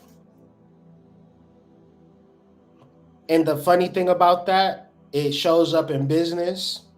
It shows up in my relationship. It shows up in all other areas.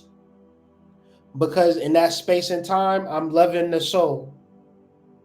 And it is a magnetizer. It is a compass. And throughout my life, I don't have anybody to tell me this is right or this is wrong. The thing that have guided my life have always been my soul. And I don't interface with my soul in no woozy, no woo-woo, weird type of way. I interface in my soul with the deepest of love. So when my wife is not in the operation of love, when my children are not in the operation of love, I'm the first to see it because I'm immersing and basking myself in the process of self-love, the love of the soul. So when people say, what does it look like to deal with your soul? I'm not at home sad or bored or not doing shit. I'm at home cooking up a video, working on the business, reading, talking to the initiates. Like I'm always in the space of doing good shit. I feel good about the things that I do all the time.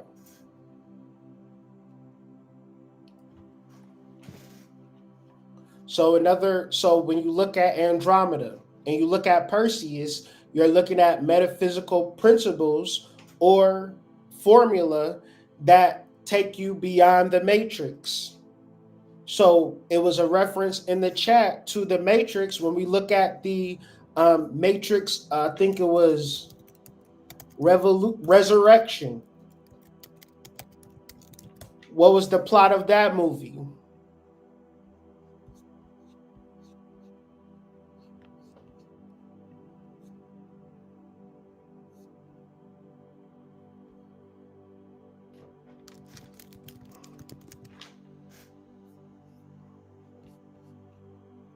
Was that the one that came out? The last one was that Resurrections? Yeah, 2021. So, like, it was a part in the movie, if I'm not mistaken, where Trinity, she was married. Let me know if y'all watched that movie.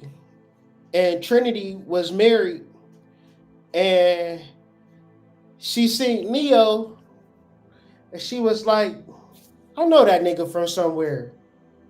And at the very end, they was like fighting together, and then they brought her husband, and her husband was like, Trinity, you need to come with me.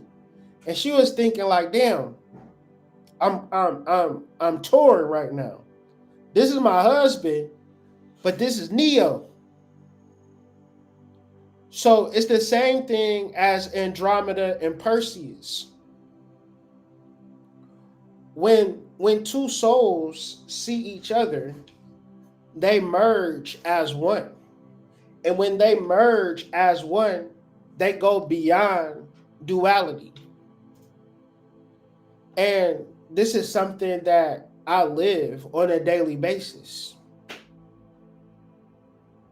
It's like when you in a relationship that's cosmic, it's like it's beyond, because when you're in it's only one relationship like this, first of all.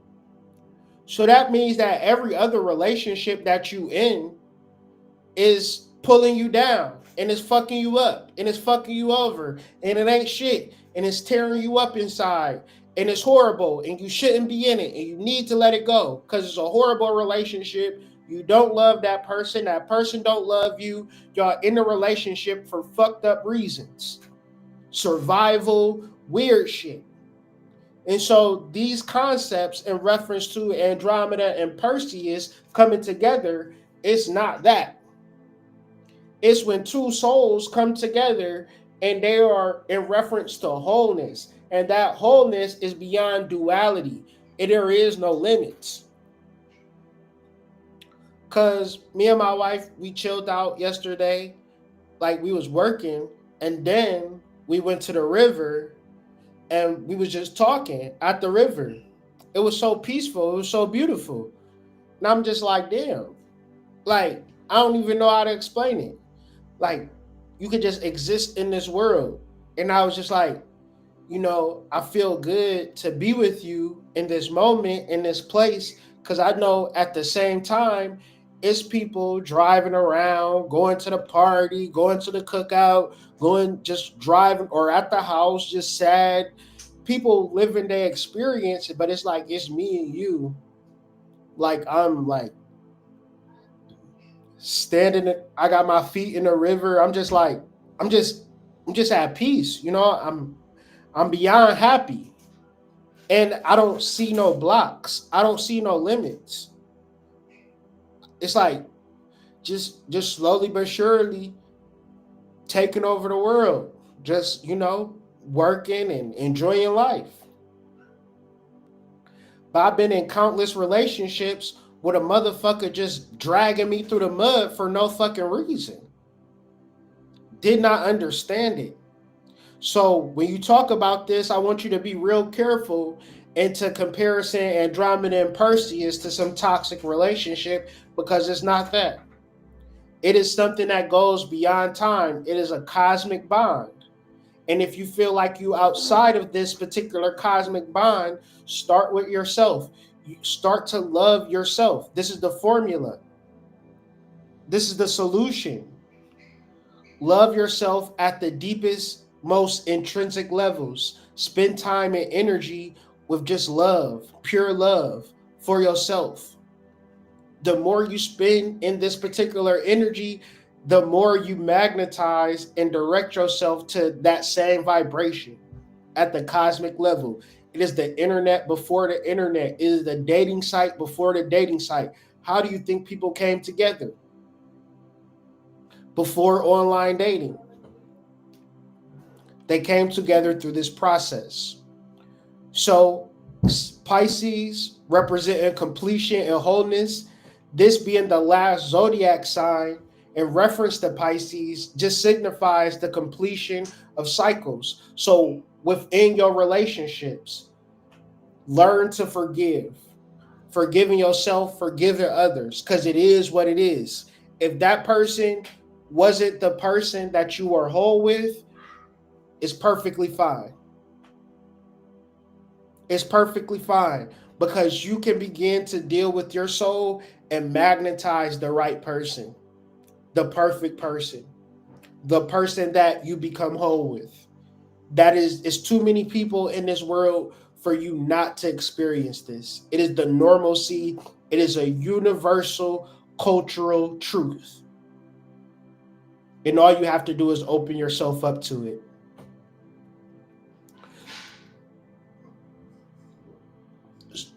So, what does this full moon, what is this representing? This full moon, in my observation, it is the moment of transformation. It's the moment where you get it. It's the moment where it clicks. It is the moment where you wake up to your soul and just how powerful your soul is. Because it's either your soul or the matrix, right? It is either your soul or luxury. And what is luxury?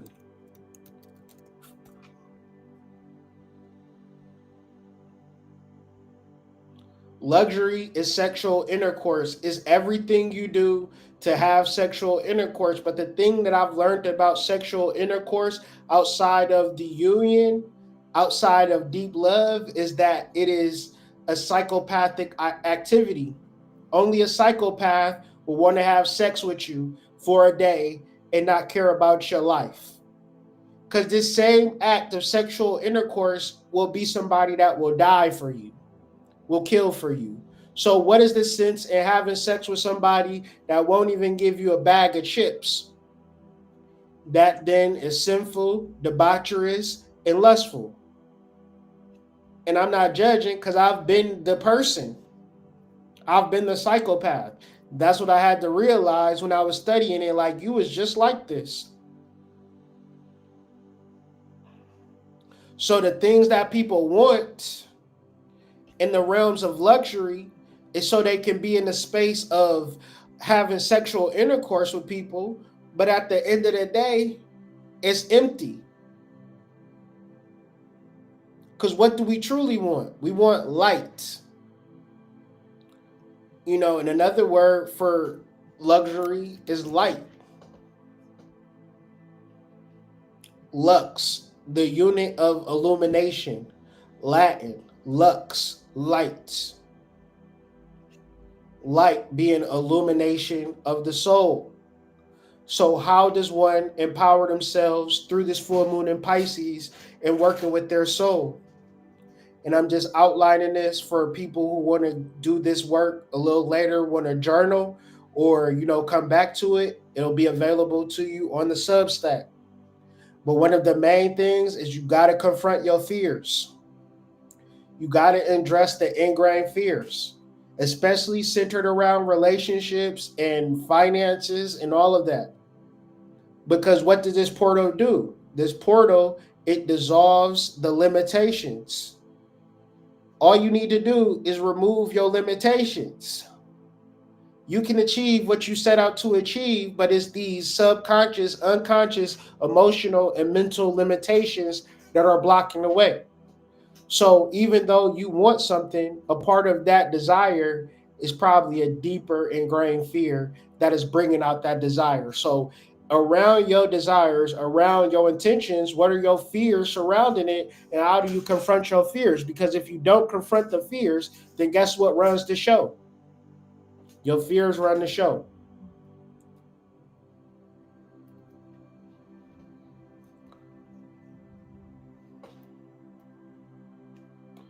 Embracing the resurrected divine feminine, particularly within the Black woman.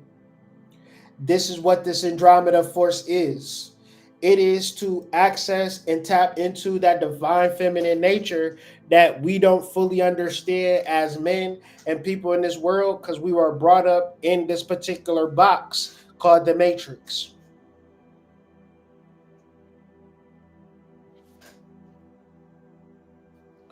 And as we deal with this divine feminine energy, acknowledge the healing that is brought to you.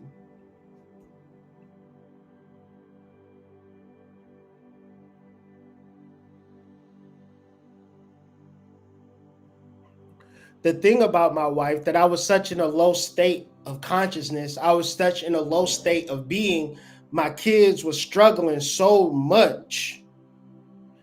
When my wife came into my life, she literally healed me and uplifted me from one of the darkest spaces and places that I ever been in. So in reference to my wife, I tell her all the time, you are a healer. The reason that I know you are a healer is because you healed me. The way she shows up for me every day, I could not ask for anything better. I don't even have to ask. It's just there. And I pray for this type of love in every man's life. A healing force as an act of service from a fifth dimensional level, a praying woman, a woman that wants the best for you, the woman that wants to support you and assist you and help you, because it's not just you, it is no longer you, it is the combined culmination of masculine and feminine energy that creates this whole entire new being.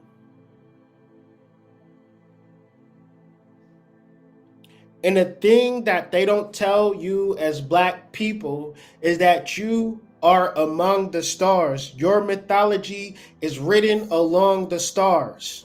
That's why they give you astrology through the Western zodiacal lens, was not through a lens at all. It is a distortion and a perversion of truth. So if I pervert the truth, if I distort the truth, if I give you a glass and I put black paint over it and I tell you to look through it and I'm giving you symbols and images, you think that you're looking at the truth. You're only looking at what I want to give you. So I deal with sidereal astrology, observational astrology, to whereas you can bear witness that the sun is in Virgo, you can bear witness that the moon is in Pisces, and all of these other connections that we are making is through observational truths. I've come to all of these conclusions that I've come to by just simple acts of observation, which is very hard at the beginning. It's very hard at the beginning because I'm just looking at the stars. And then I just do my due diligence. And I do the research, and then that creates the video. Everything, you do connect the dots. You do 1 to 2, 3 to 4, 5 to 6, and then when you finish, it's a damn koala bear or some shit. You like, damn, that's amazing. I've always done my approach to spirituality like that, especially astrology. I don't force the conversation. I just allow the conversation to lead me, and this is where I'm at with it. So when we are looking at a full moon in Pisces, conjunct the fixed star Alpharex, which is the alpha star, the main star in the constellation of Andromeda, the main message is to release all false constructs, all societal conditioning and illusions that obscure your authentic self, because you owe that to yourself to explore your authentic self without any imperfections or impurities blocking your view. You don't need me to paint the glass all black and plaster an image on it and say, this is you. You need to come to these conclusions all on your own, because your soul that you possess in this moment goes beyond all limitations, all blockages, all illusions.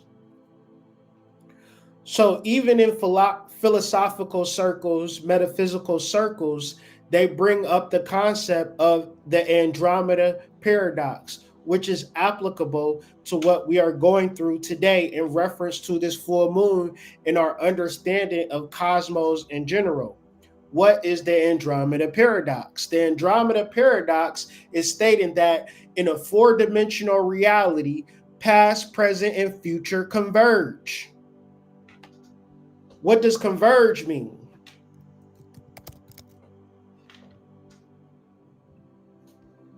Converge means to tend to meet in a point or a line, to incline together.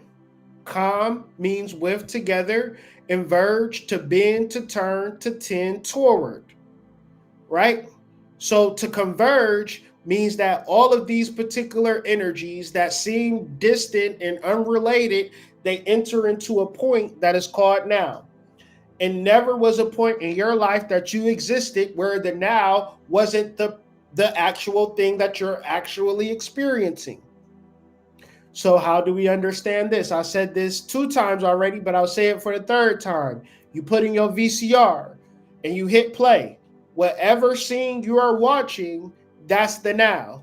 Even though the ending exists on the VCR, the beginning exists on the VCR. Wherever you're at in the movie is now. But don't think that the VCR technology is so more advanced than the technology that's within you. Because if you can bear witness to fast forward and rewind and pause in a VCR, don't you think you can do that in your life?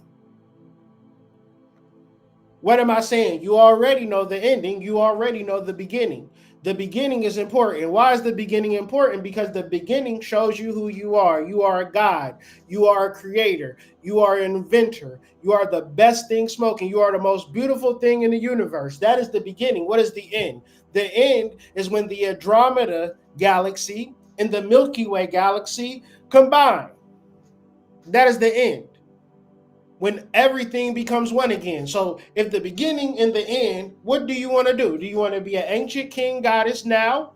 Or do you want to combine with the Andromeda galaxy and go home? What did they experience over this weekend? What do they experience in high school on the first full moon of the fall? What is it called? It's called homecoming. Okay? What is homecoming in the totality of the universe when the Milky Way galaxy and the Andromeda galaxy combine? That's 10 billion years, or right now. It depends on however you want to look at it, because time is a construct. And in reference to this particular truth, everybody is going to push you out of this particular truth, but they cannot ignore it or deny it because the paradox exists within the reality. This is the Andromeda paradox. Kyrie did not make this up. So what does this full moon in Pisces have to do with the Andromeda paradox outside of what I've already laid out? When we look at a full moon, which is a phenomenal experience between the sun and the moon, the masculine and feminine sides of this particular organism that we call our solar system, this is a point where we can express and think at a level that is fully illuminated. So whatever you're thinking, whatever you're feeling, whatever you're reflecting on, what am I trying to say? I'm trying to say your deepest desires, what is it? Do you know what it is? Because if you know what it is, my nigga, go get it. There is nothing stopping you from getting what you want right now. And if you feel like it's something that's stopping you, that is an illusion. This is what they do not tell you about yourself. This is why it's so many. Why do you think there are so many fucking churches in the world? Do you think that the church is trying to bring you closer to God? Is the church trying to bring you closer to God? Trying to bring you closer to self? Or is it trying to separate you from God and feed off of your emotional and mental energy? That is the purpose of the matrix, to go to school. When you go to school, they're feeding off your mental and emotional energy. I hope I graduate. I hope I pass this test. When you go to work, they're feeding on your mental and emotional energy. I hope I do a good job. I hope they pay me. I hope I get a raise. I hate my supervisor. Everything you experience at work is by design. It's not because something is wrong with you. But understand, to know that you're under a form of illusion is easy to see. Can see you a mile away.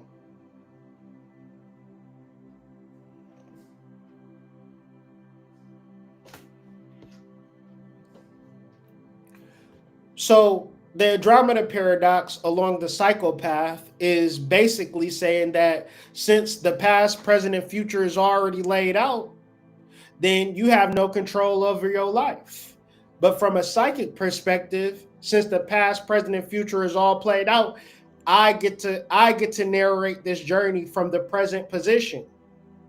I can do 2 things. I can alter my past to create my future, or I can alter my future to alter my past. I have that much power. You have that much power. Because what is the power being bestowed upon you? You go into history class from an hour a day for 12 years, and you learning about a history that's not real. To the point that you begin is real because you heard it enough. 1619, slavery, things of that nature, to where now this is historical truths. None of it is historical truths because it was just too much shit going on at a particular time for you to pinpoint. Well, okay, so in 1619, this was happening in America. This was a big thing. 20 slaves, y'all, on a boat goes to goddamn Virginia, and this is the start of black people being in America in 1619. And black people want to get behind this idea and champion this idea. 1619 project, 1619, 1619. You were told that, black man. You've been here, you've been on earth for hundreds of thousands of years, at the minimum. Billions of years if we want to be, into the deeper esoteric studies of the universal truth of this particular planet. So, like I stated earlier, Neptune is conjunct Saturn in this particular energy. So we are looking at time's boundaries, and we have to be able to understand time as a mere construct. And I've heard this for years, and it never hit me until just now. So do I expect everybody to get it just now? No. But is it available to be had? It is.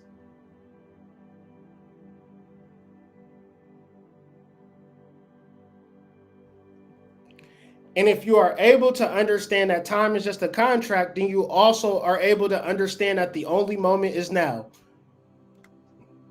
As much as you might not understand that time is a construct that, plays out in our minds as a truth, you will also understand that you can only experience the moment now, in the moment. And you can prepare for that moment now in the past or present by understanding that you only live in the moment now. What are you doing? So the sun in Virgo, what is your act of service in this moment now? Are you servicing yourself in a healthy, ascension-like way? Or are you serving yourself in a destructive, negative type way? You are a dimension unto yourself, but there are also other dimensions that you can combine with and create with as well. Are you creating a life that is positive and worthwhile? Or are you praying to a God that does not hear your prayers? Because when you praying to God that don't hear your prayers, you're just sitting there doing nothing. When you are God itself, God lives within you. God lives within your wife. God lives within your husband. God lives within your children. In this moment now, in this moment now, in this moment now. If God lives within you right now, there's no reason for you to be sad, depressed, feeling like you can't make it, feeling like you can't win, feeling like it's never going to get good for you. These are the ways that this particular matrix programs you. It leads you to a point where, oh man, I'm going to just give up. There's nothing else for me to do now. You need to restore and recover your drive by doing the spiritual work and getting in tune with your soul. Because if you don't, you won't. And if you feel like it ain't going to happen tomorrow or something fucked up happened yesterday, time is not real.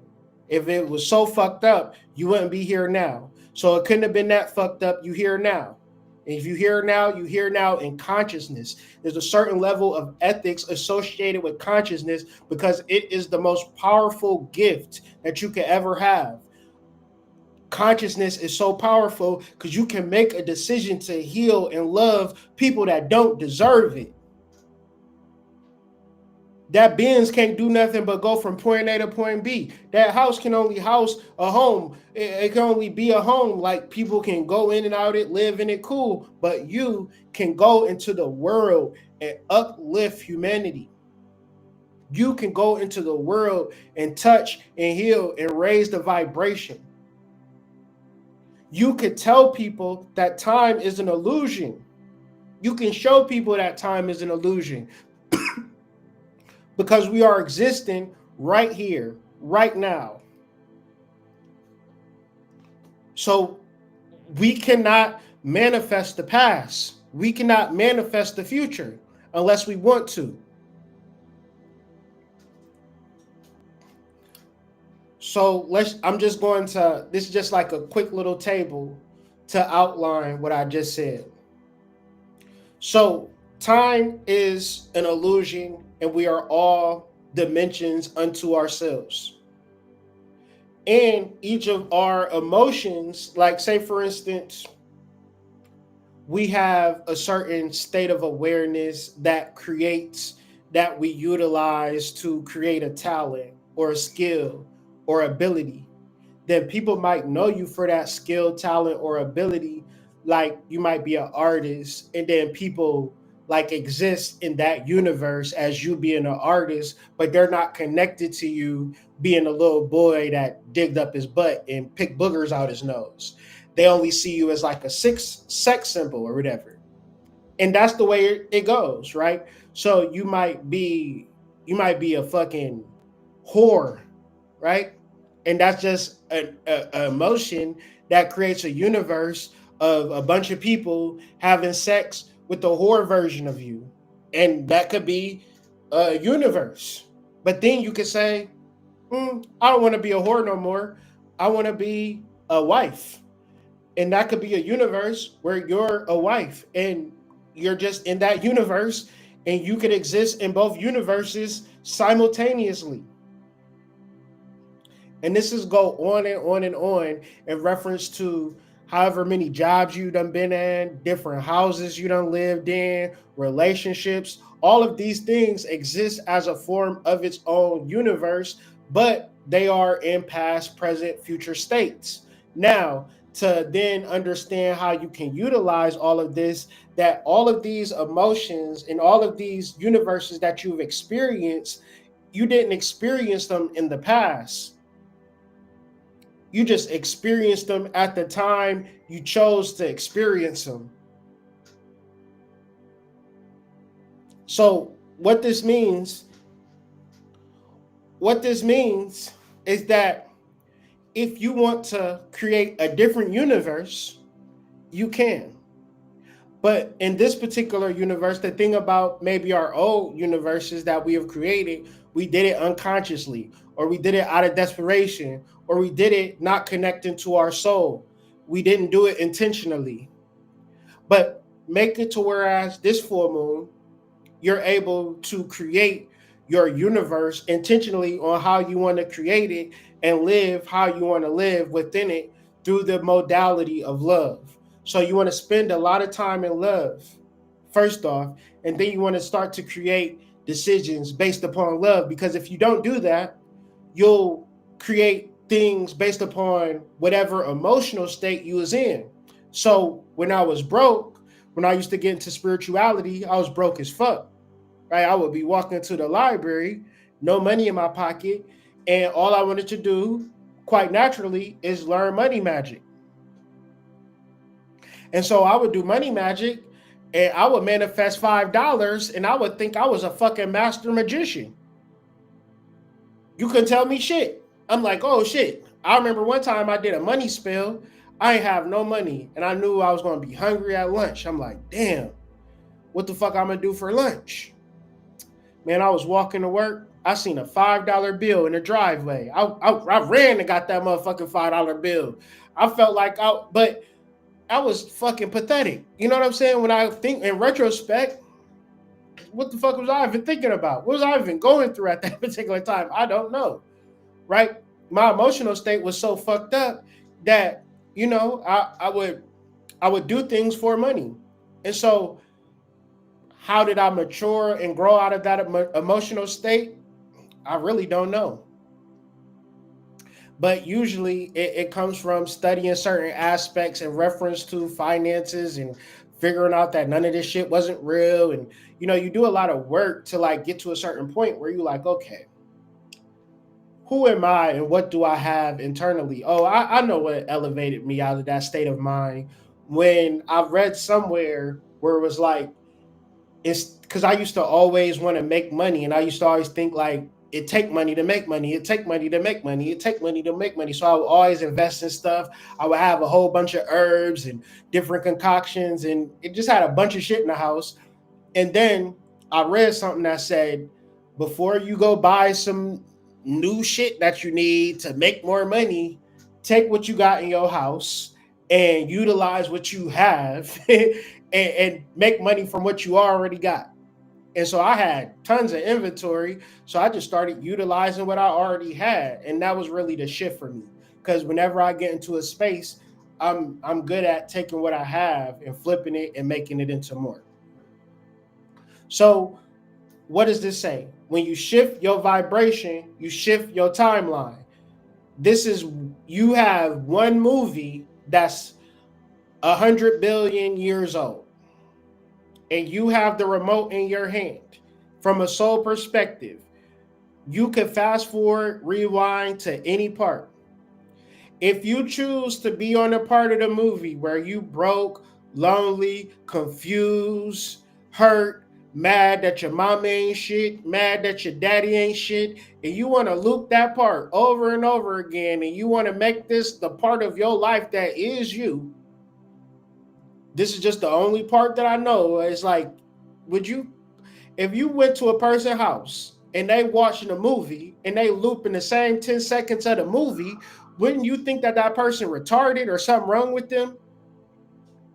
And this is what we do in force of in the ego construct, the matrix construct, where they say you live in 84 years. And within that's 84 years, you got to buy a house, but you can't really buy a house. You got to mortgage a house because you can't afford a house. And then you got to pay money back on the house. And you can't really buy your car. You got to lease your car. And you got to pay on your car. But if you miss a payment on your car, if you miss a payment on your house, the bank can come take your car and your house. And you go through this cycle, and this is what life is in the matrix ego construct. That's 10 seconds of the 100 billion year long videotape. You could have rewound to the part where you was the king of Britain or some shit. You want to rewind the part where you had this part of the construct where you got to buy a house for $500,000. So what happens when you rewind to the part where you a king and a queen?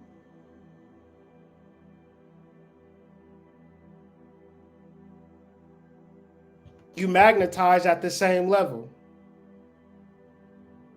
There is no universal present. If you live in Detroit, you will see people in 1980, 1970s. Is anybody in Detroit in this chat can bear witness to what I'm saying? You can see people that's in 1992 right now. They listen to goddamn Nirvana. Their hair look like they're in 1992. They clothes, they skin looks like they ain't had no sun since 1992. They driving a car.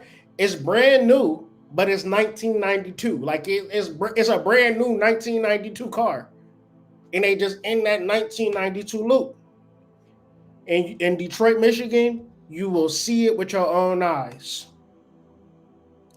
And I'm sure it's like this in other cities and towns where there is no universal present. The year you want to be in, the year you want to be in. I feel like this year 2025 is kind of fucked up. Right? So I choose not to be in this year any longer. I've resigned from this year. I'm going to like 2058 BC. I'm the king of Babylon. My name Hammurabi or some shit. I'm giving up this year. Okay. In the context of the cosmos, in the context of the universe, in the context of the earth, there is no absolute truth. There's only divine unity. So in reference to any part of the human experience where people's naked at certain points, stone buildings, temples, bricks, we live by the ocean, and Wherever we live, medieval times, ancient times, guess what the universal truth was? Dick and pussy action, ladies and gentlemen. It's only that. That's the only constant in all of this situation. Nigga was going to find that pussy through that corset. You feel me? Hey, what she got on the chastity belt? Well, we gonna have to figure it out. It take her 6 hours to take off her dress. We like, damn, gotta fucking reverse engineer this bitch off of her. But I'm willing to do it because the divine unity say we gotta be one up in that pussy. And I don't mean to be graphic, but eventually everybody is going to have sex. That is the divine unity. There is no absolute truth, but sex. That's the only way we could bear witness to our reality. And within this concept, within this concept, we have to begin to understand and see what is the best life for our children, for ourselves, and prepare them for that. This conversation got me to thinking about like when my daughter is going to be married. And I was thinking about that, and I'm like, damn. Like when you hand your daughter off to be married, I take that very seriously. Like, my daughter is under my protection now, but when she get married, I'm going to hand off that protection to her husband. So my responsibility as a father, like say if I'm going to hand her off, like I'm walking my daughter down the aisle, right? But in between time, in the meantime, I just let her do whatever. She got a boyfriend. She can stay out however she want to stay out. She can have sex whenever she want to have sex. It don't matter. She a woman. She free. She can do whatever. And then I walk her down the aisle like, here go this little scallywag for you. I don't feel like that's right and exact. I feel like I should be preparing her to be a man's wife if I'm going to walk her down the aisle. I was just thinking about that because I see, like, the reason why I think about it is because, like, when a woman doesn't have a man to hand her off, then it's kind of like a big deal. Like, who's going to hand me off for my wedding type deal? And it's like, I feel like as a dad, you actually have to be cognizant of that shit when your daughter is born. When you pregnant, when your wife is pregnant with a daughter, you have to think about how much you are going to protect her. And a lot of times with a young girl, you feel like, damn, I may have to protect her from herself, from her inclinations, because I've seen a rebellious daughter and it don't ever look good from my perspective, from my vantage point. So moving on, the autumn full moon from a Hindu Vedic perspective, this full moon, which takes place tonight, the Sharad Purnima is a elaborate Hindu Vedic ritual in reference to this particular new moon that we are having tonight. It is believed that on this full moon night, the goddess Lakshmi, the deity of prosperity and wealth, descends to the earth to bless those who are awake. So I always reference this particular ceremony because I take part in this ceremony every first autumn full moon. I stay up all night and I leave out an offering, and then in the morning I eat that offering as a form to, you know, honoring the goddess. I don't feel like these mythologies are fake. I feel like these mythologies are real and they are reserved for those who are willing to do the ritual. And some people say, I ain't doing that shit.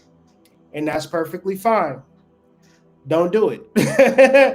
It doesn't matter. The term Kojagari comes from the Sanskrit phrase Kojagarti, which means who is awake. So this is the goddess Lakshmi. Lakshmi is the embodiment of spiritual and material prosperity, beauty, trust, and flow, which resonates a lot with the Andromeda galaxy, the Andromeda constellation, and the Andromeda paradox. Why is the most beautiful thing in the universe getting treated like the worst thing in the universe? Because it is a design and a plan of confusion. So, what is my message speaking to? My message is speaking to all the media narratives, all the societal expectations that do not speak specifically to your cosmic inheritance. I believe that when an individual practices in recognizing that their soul is real and powerful, only good things happen from that. And so for that, we give honor and gratitude to Lakshmi. So the ritual is, and you will get the subs if you join the Substack, and click the link to check out the slideshow. You will see the directions of this particular ritual if you want to do it on your own. So the basic premise of the ritual is that people stay up all night. They fast. They do mantras in honor of Lakshmi. They offer sweet milk and rice pudding, which is kheer. You can get this from any Hindu Vedic store in your neighborhood. Most neighborhoods have them. You just gotta do a quick little Google search. Get you some sweet milk. I get some oat milk and some rice pudding. Make it under a candlelight and have it sit all night, and then in the morning eat it as an offering to Lakshmi, and observe those material and spiritual blessings. Okay. Um, it is believed to observe the cooling and healing vibrations of the moon rays, i.e., Lakshmi, and is consumed in the morning for peace, abundance, and inner calm.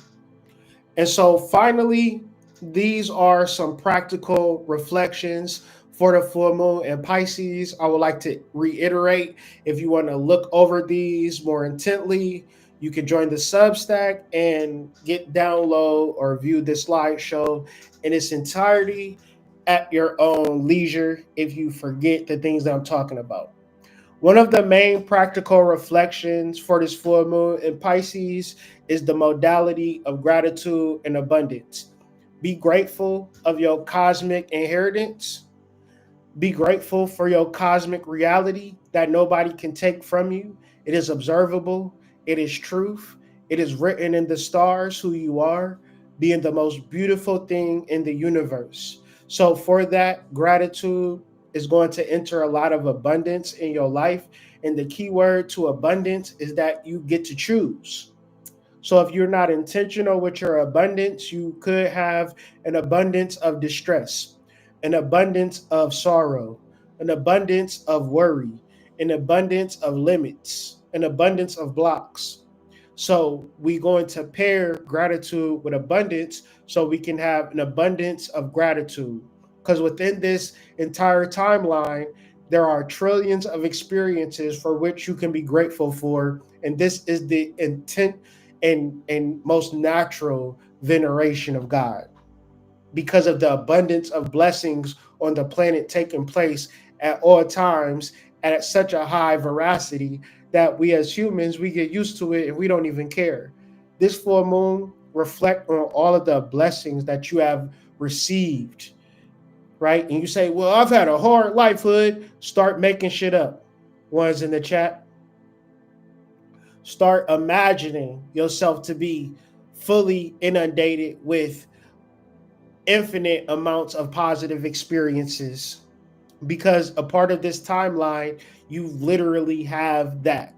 So it's not a lie, but it's just to help you engage in the truth a little bit quicker. It's like priming yourself for the reality, priming yourself for the truth by reflecting on gratitude and abundance. Another reflection for this full moon in Pisces is that the cycle is complete, right? So journal and meditate on what emotional and creative cycles are completing for you, allowing you to go into this new moon cycle with a restored and renewed approach to life, because it's hard to go and tackle onto life not closing the doors to the past.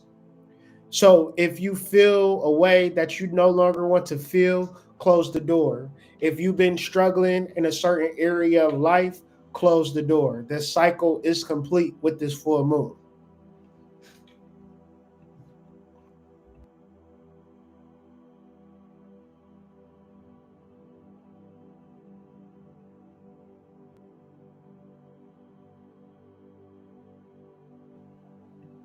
So, in reference to the facts of wanting to control how things are working, you have to be mindful of the paradigm that you are in. If you are mindful of the paradigm that you are in, you will ultimately understand that no matter what you do, if you're in a bad paradigm, it's going to lead to bad results.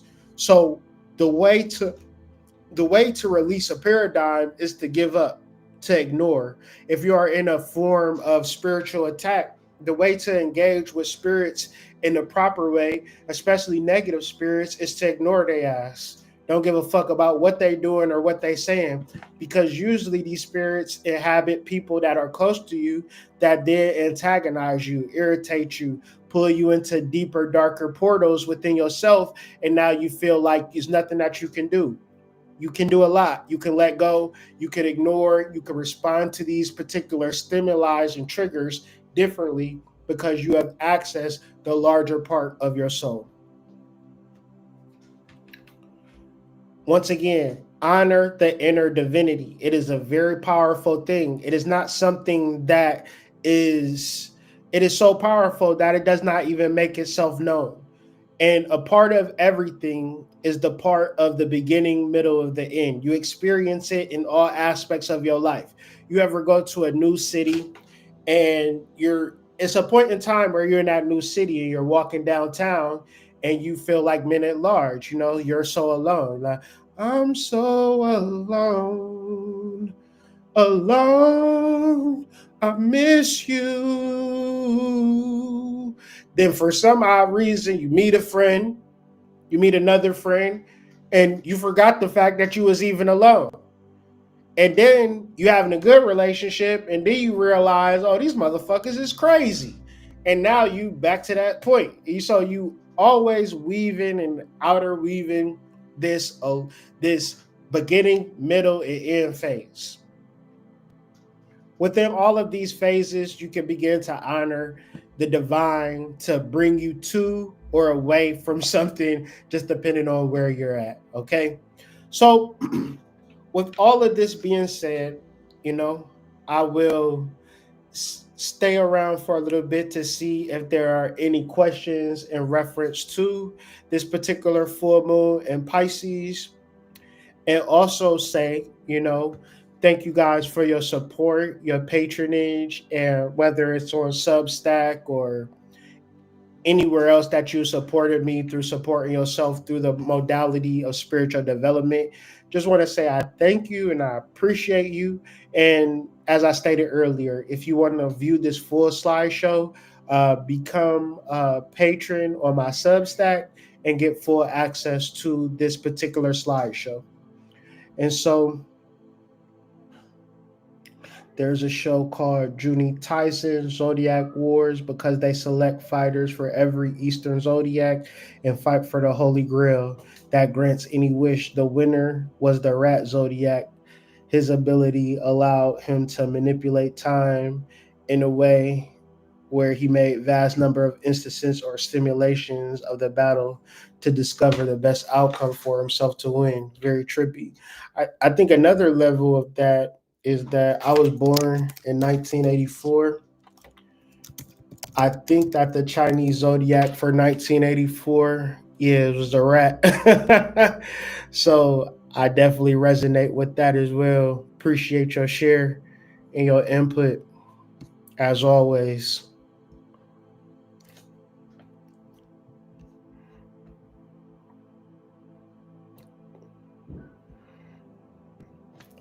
Yeah, I love going to the mounds and just tapping in.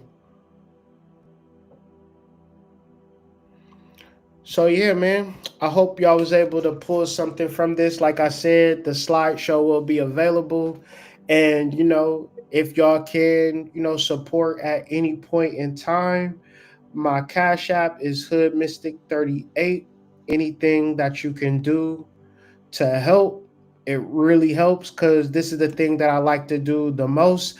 But the interesting thing about the thing that I like to do the most is the thing that pays me the least. So requires me to do other things from time to time to support my growing family. With that being said, if you enjoy content like this, if you could see the effort and the work that I put into this content and the intention of the content, and you have a little to spare. I know that times are hard, but even though if times aren't as hard for you and you have things to spare, hit up the Cash App, $ Hood Mystic 38. Follow me on Instagram at the Hood Mystic. Be sure to join the Discord where conversations are taking place every day. Shout out to the initiates. And with all of this being said, I hope you guys celebrate a happy and prosperous full moon. And any parts of this slideshow you want to revisit, please do so at the Substack where this slideshow will be available to everybody. But with all that being said, hope y'all enjoyed this video.